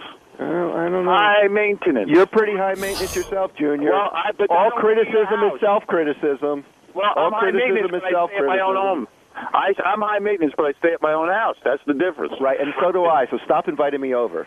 I'm just saying you're a high maintenance guest, and I did stop inviting you over. That's why you're all ragged out. No, it was the end of the summer. I didn't want to go back. No, that's not the case. You said to me, I'm going to do everything I can to get back. I'm going to be a good guest. And you came out and you vomited all over everything. Well, listen, wasn't I a good guest? What do you want from me, man? Wasn't I a good guest until I vomited? Come on. Yeah, you were doing good. You were doing much better. Everything was great until the vomit. But Ralph, you got to... The vomit's a major thing. Ralph, you got to say, when you say, wasn't I a great guest, it's like when Stuttering John would be late, I'd yell at him, and then 3 weeks later, he's like, I've been late for 3 weeks. Howard yelled at you. You were a good guest for a month. Yeah, well, I mean, it's always. There's never a trouble-free weekend. Never a trouble-free weekend. I think I had 2 good trips before the vomit. Go ahead, Ronnie. We don't have to. We can go. Now, Ronnie was pulling over so I could keep arguing, but, I just want to set the record straight. And by the way, and by the way, Ralph says things have changed. They haven't changed. It's just that Ralph started coming out to my house, and every time he came out was a problem. I didn't say things changed. I still love you, Walt. Yeah, same here. I'm just saying that it would be hard for me to have Ralph as a house guest. It's very difficult. Now, up until then, I never had a house where, when I started getting a house, I started to go out to the Hamptons in the summer, and I'd either rent a house or have my own house. I'd invite Ralph out, and whenever we'd have him out, there'd always be a problem. As Artie witnessed, as Robin witnessed, as a lot of people have witnessed. But if I had never had him out to my house, I wouldn't know the difference. I don't dislike the guy. I just say he's a tough guest. Oh, come on. I'm so much fun, please. Howard, is the situation where when Ralph's out there, you're waiting for the next thing to happen? Like, Yeah, like Artie said, we decide to go out. And then Ralph will make you wait till the last minute. He says, "No, you said we're leaving at 8:00, and it's 7:59, and I'm making reservations to go to L.A." And it's always like you're always waiting. And well, I mean, if somebody tells me they're going to leave at 8, I expect to leave at 8. You don't start making reservations for L.A. at 7:58. Let me tell you something. Being early is just as annoying as being late. You have this passive aggressive thing where you like to show up places early. There's a lot of people, I'm sure, who want to invite you over. I'm just not one of them. Right, and I don't have problems. I'd be happy to hang out with you anytime, as long as you don't have to sleep over. It's a pain in the ass. But anyway, why did Ronnie go drive you into the Hudson? No, man. I got to jump out. As a matter of fact, let me see what's doing here. What's doing there? Let me see. All right, Ronnie, I'll see you later. Ronnie, ride the brakes. Yeah. Ronnie, ride the brakes. Be quiet. Oh, man. Oh, bounce him around. Bounce him around, Ronnie. Unlike you, I've been up all morning, so I'm a little slow. Oh, you're so cranky. You should start getting up at 8 o'clock, man. You'd be much nicer. All right, boys, I'm checking out. All right, man. Thanks for calling. Later, douchebag. That was fascinating. So I guess that's what those phone conversations sound like between the two of you. That was a wrap-up show exclusive. On Thursday's wrap-up show, fans called in and asked why me and Sal haven't been on the show as much, which led to Howard Stern himself calling in and explaining that less is more. Check it out. Howard he goes through phases of where he's really interested in certain people in the office. Like right now, it's JD. JD's in the spotlight. Howard loves JD. JD can go in and he'll never get yelled at. Do no wrong. Do no wrong. It used to be me and Sal, 2 or 3 years ago. Howard loved us, and now I think Howard's kind of like, me and Sal he could do a little less with, and he loves JD. The truth is, we've run our course. We've exhausted all of our stories. We probably should have signed it to a 3-year contract. Probably. And are you guys jealous of JD? No. I mean, it's not the JD, guy deserves but not JD, but the attention that he's getting, I should say. Not at all. I mean, I remember days at K-Rock where Howard really didn't ever have JD on, and JD doesn't like being on the air, but I'm proud that I'm happy for him because the poor guy works here, 15 hours a day. The least he can get is a little attention on the air. It's, I'm happy for him. In K-Rock days, Richard and I would, and even Gary, would cram JD down Howard's throat. And Howard would be like, I just don't get that guy. I don't see it. I can tell you the day. I know the exact day that the switch got flicked on.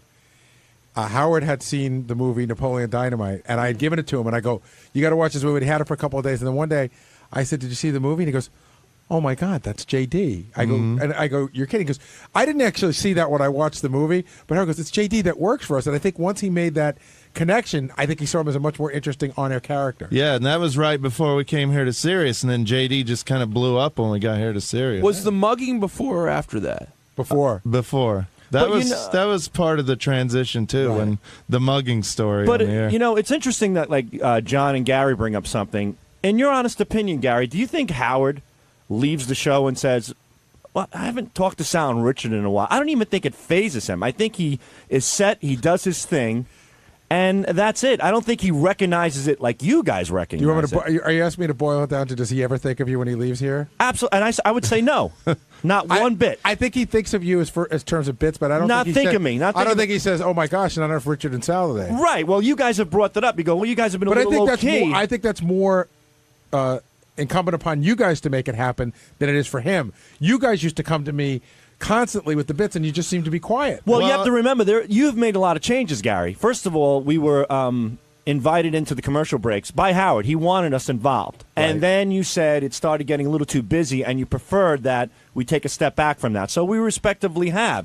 So I think just not being involved in those little commercial breaks where we would sometimes give them little tidbits of what's going on in the hallways and our personal observations, we kind of leave ourselves out more and more and more. Long after you guys got left out of the commercial breaks, because that got squashed fairly early. And I'll tell the audience, the only reason why I did it during the commercial breaks is the only time I get to talk to Howard about what we're going to do next, what guest is coming up. Will has to prep Howard on all the notes he took for a guest. And it started to get very crowded there because you guys were sometimes commenting, sometimes joking. Sometimes they would tell jokes that would turn to a side conversation that would keep us from getting the work done.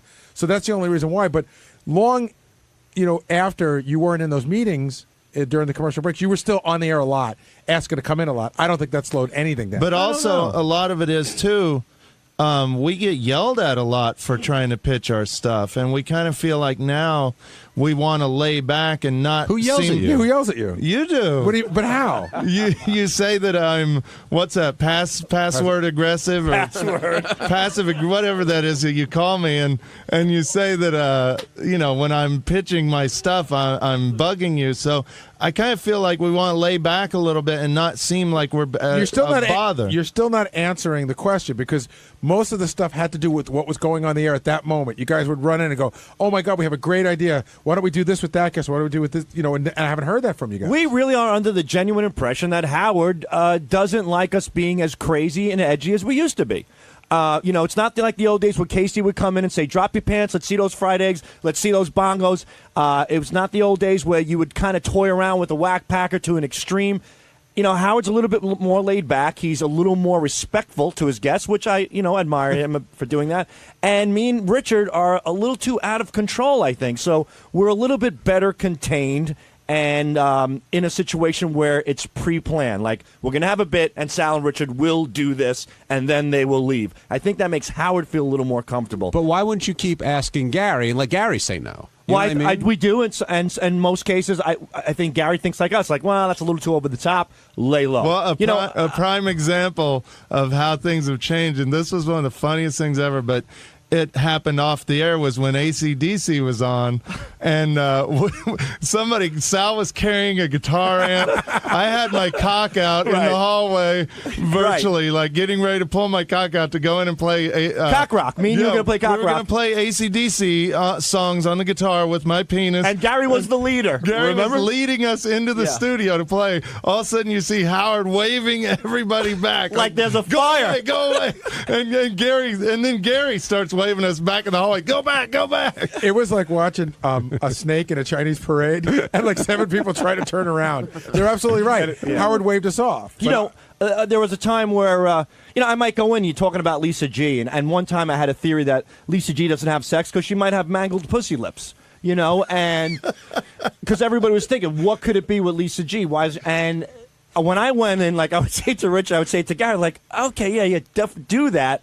But Howard's not really that impressed by that stuff. He's more offended by it than like finding it to be interesting and funny. I think that you're also really like down at the bottom. Like, instead of saying she's got mangled pussy lips, it might have been funny to say she's got deformed labia. Yeah, you know what I mean? Like, but that would be on Dr. Ruth on the Howard Stern show. It's mangled pussy lips. I mean, that's how we look at it. All right. And so I think we spook Howard a little bit more. So we're sensitive to Howard's thoughts on his show. Howard, is that you? Yeah, I was just thinking about something here. I tuned in late, so I think Richard and Sal were saying that the show has changed and that they can't be as crazy as they used to be. Is that the gist? Yeah, we were saying they seem to be quiet lately. We wonder why they're not on the air as much, and they were saying that they think that maybe their ideas are a little over the top and you're not as into it. No, I mean, listen, here's the thing I've always said to them. Sometimes not everything they do is funny.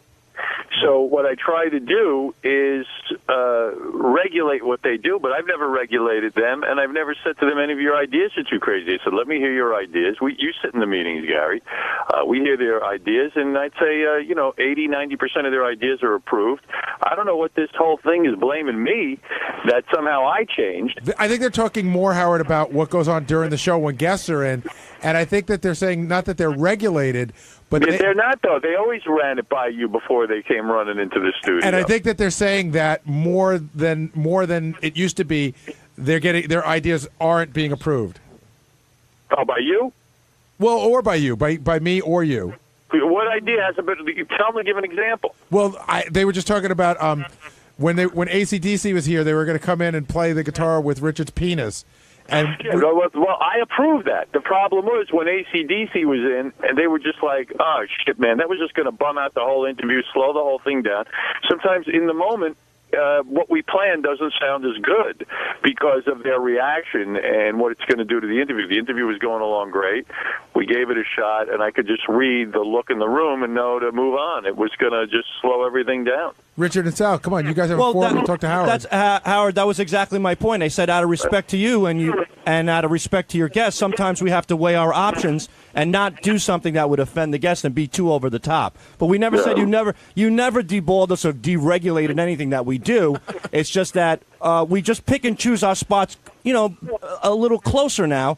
Yes, I like that. I like that because to me, the process of integrating Sal and Richard into the show, for me, was to take these two guys who had never worked on a show before and somehow put them in so that they didn't become disruptive, so that the audience wouldn't hate them, but that the audience would enjoy when they came in. So you try to put them in a way that won't interfere with everything we're doing with some guy, ending up, smelling each other's taint. Right. Right. And that's what we brought up. And we brought up that we do pass it by Gary, and it does go through you. And that, again, things are approved by Gary, and if we think it fits the flow of what you're doing, then we execute. But Sal, why don't you be upfront? You did say earlier that you thought that Howard is not as interested in your wild antics as he used to be. No, I didn't say not interested. And that is the part I heard, and I said, that's a lot of bullshit. In fact, you should pitch as much antics as you possibly can and not worry about what my particular reaction was. No, Howard, wait, it wasn't stunts, Gary. I made a point that, Howard, you have a tremendous amount of respect, like you always have, to your guests. And now you said I tuned in. You said I changed, and I'm not in that sense. I've always kept an eye on what you do. Listen, it wouldn't be the Howard Stern show if I let Sal and Richard run, wreak havoc over the show. I mean, the fact of the matter is, we would have a huge problem. There wouldn't be any room for what is the Howard Stern show. So you have to regulate everyone. I mean, I don't. Right. I don't give anybody carte blanche. Well, I think a lot of it for us is, too, we've done so much crazy stuff since we moved to Sirius. It's getting harder and harder for me and Sal to come up with crazy stunts that haven't kind of already been done. And that's what we're kind of laying back a little, too. Yeah, that's fine. I mean, the fact is, if you don't have something funny, you don't have it. You know what I'm saying? When it hits you, it hits you. Like, there's only so many things you can do with your penis, and we've done a ton of stuff since we've been here at Sirius, and we don't want to kind of repeat ourselves too.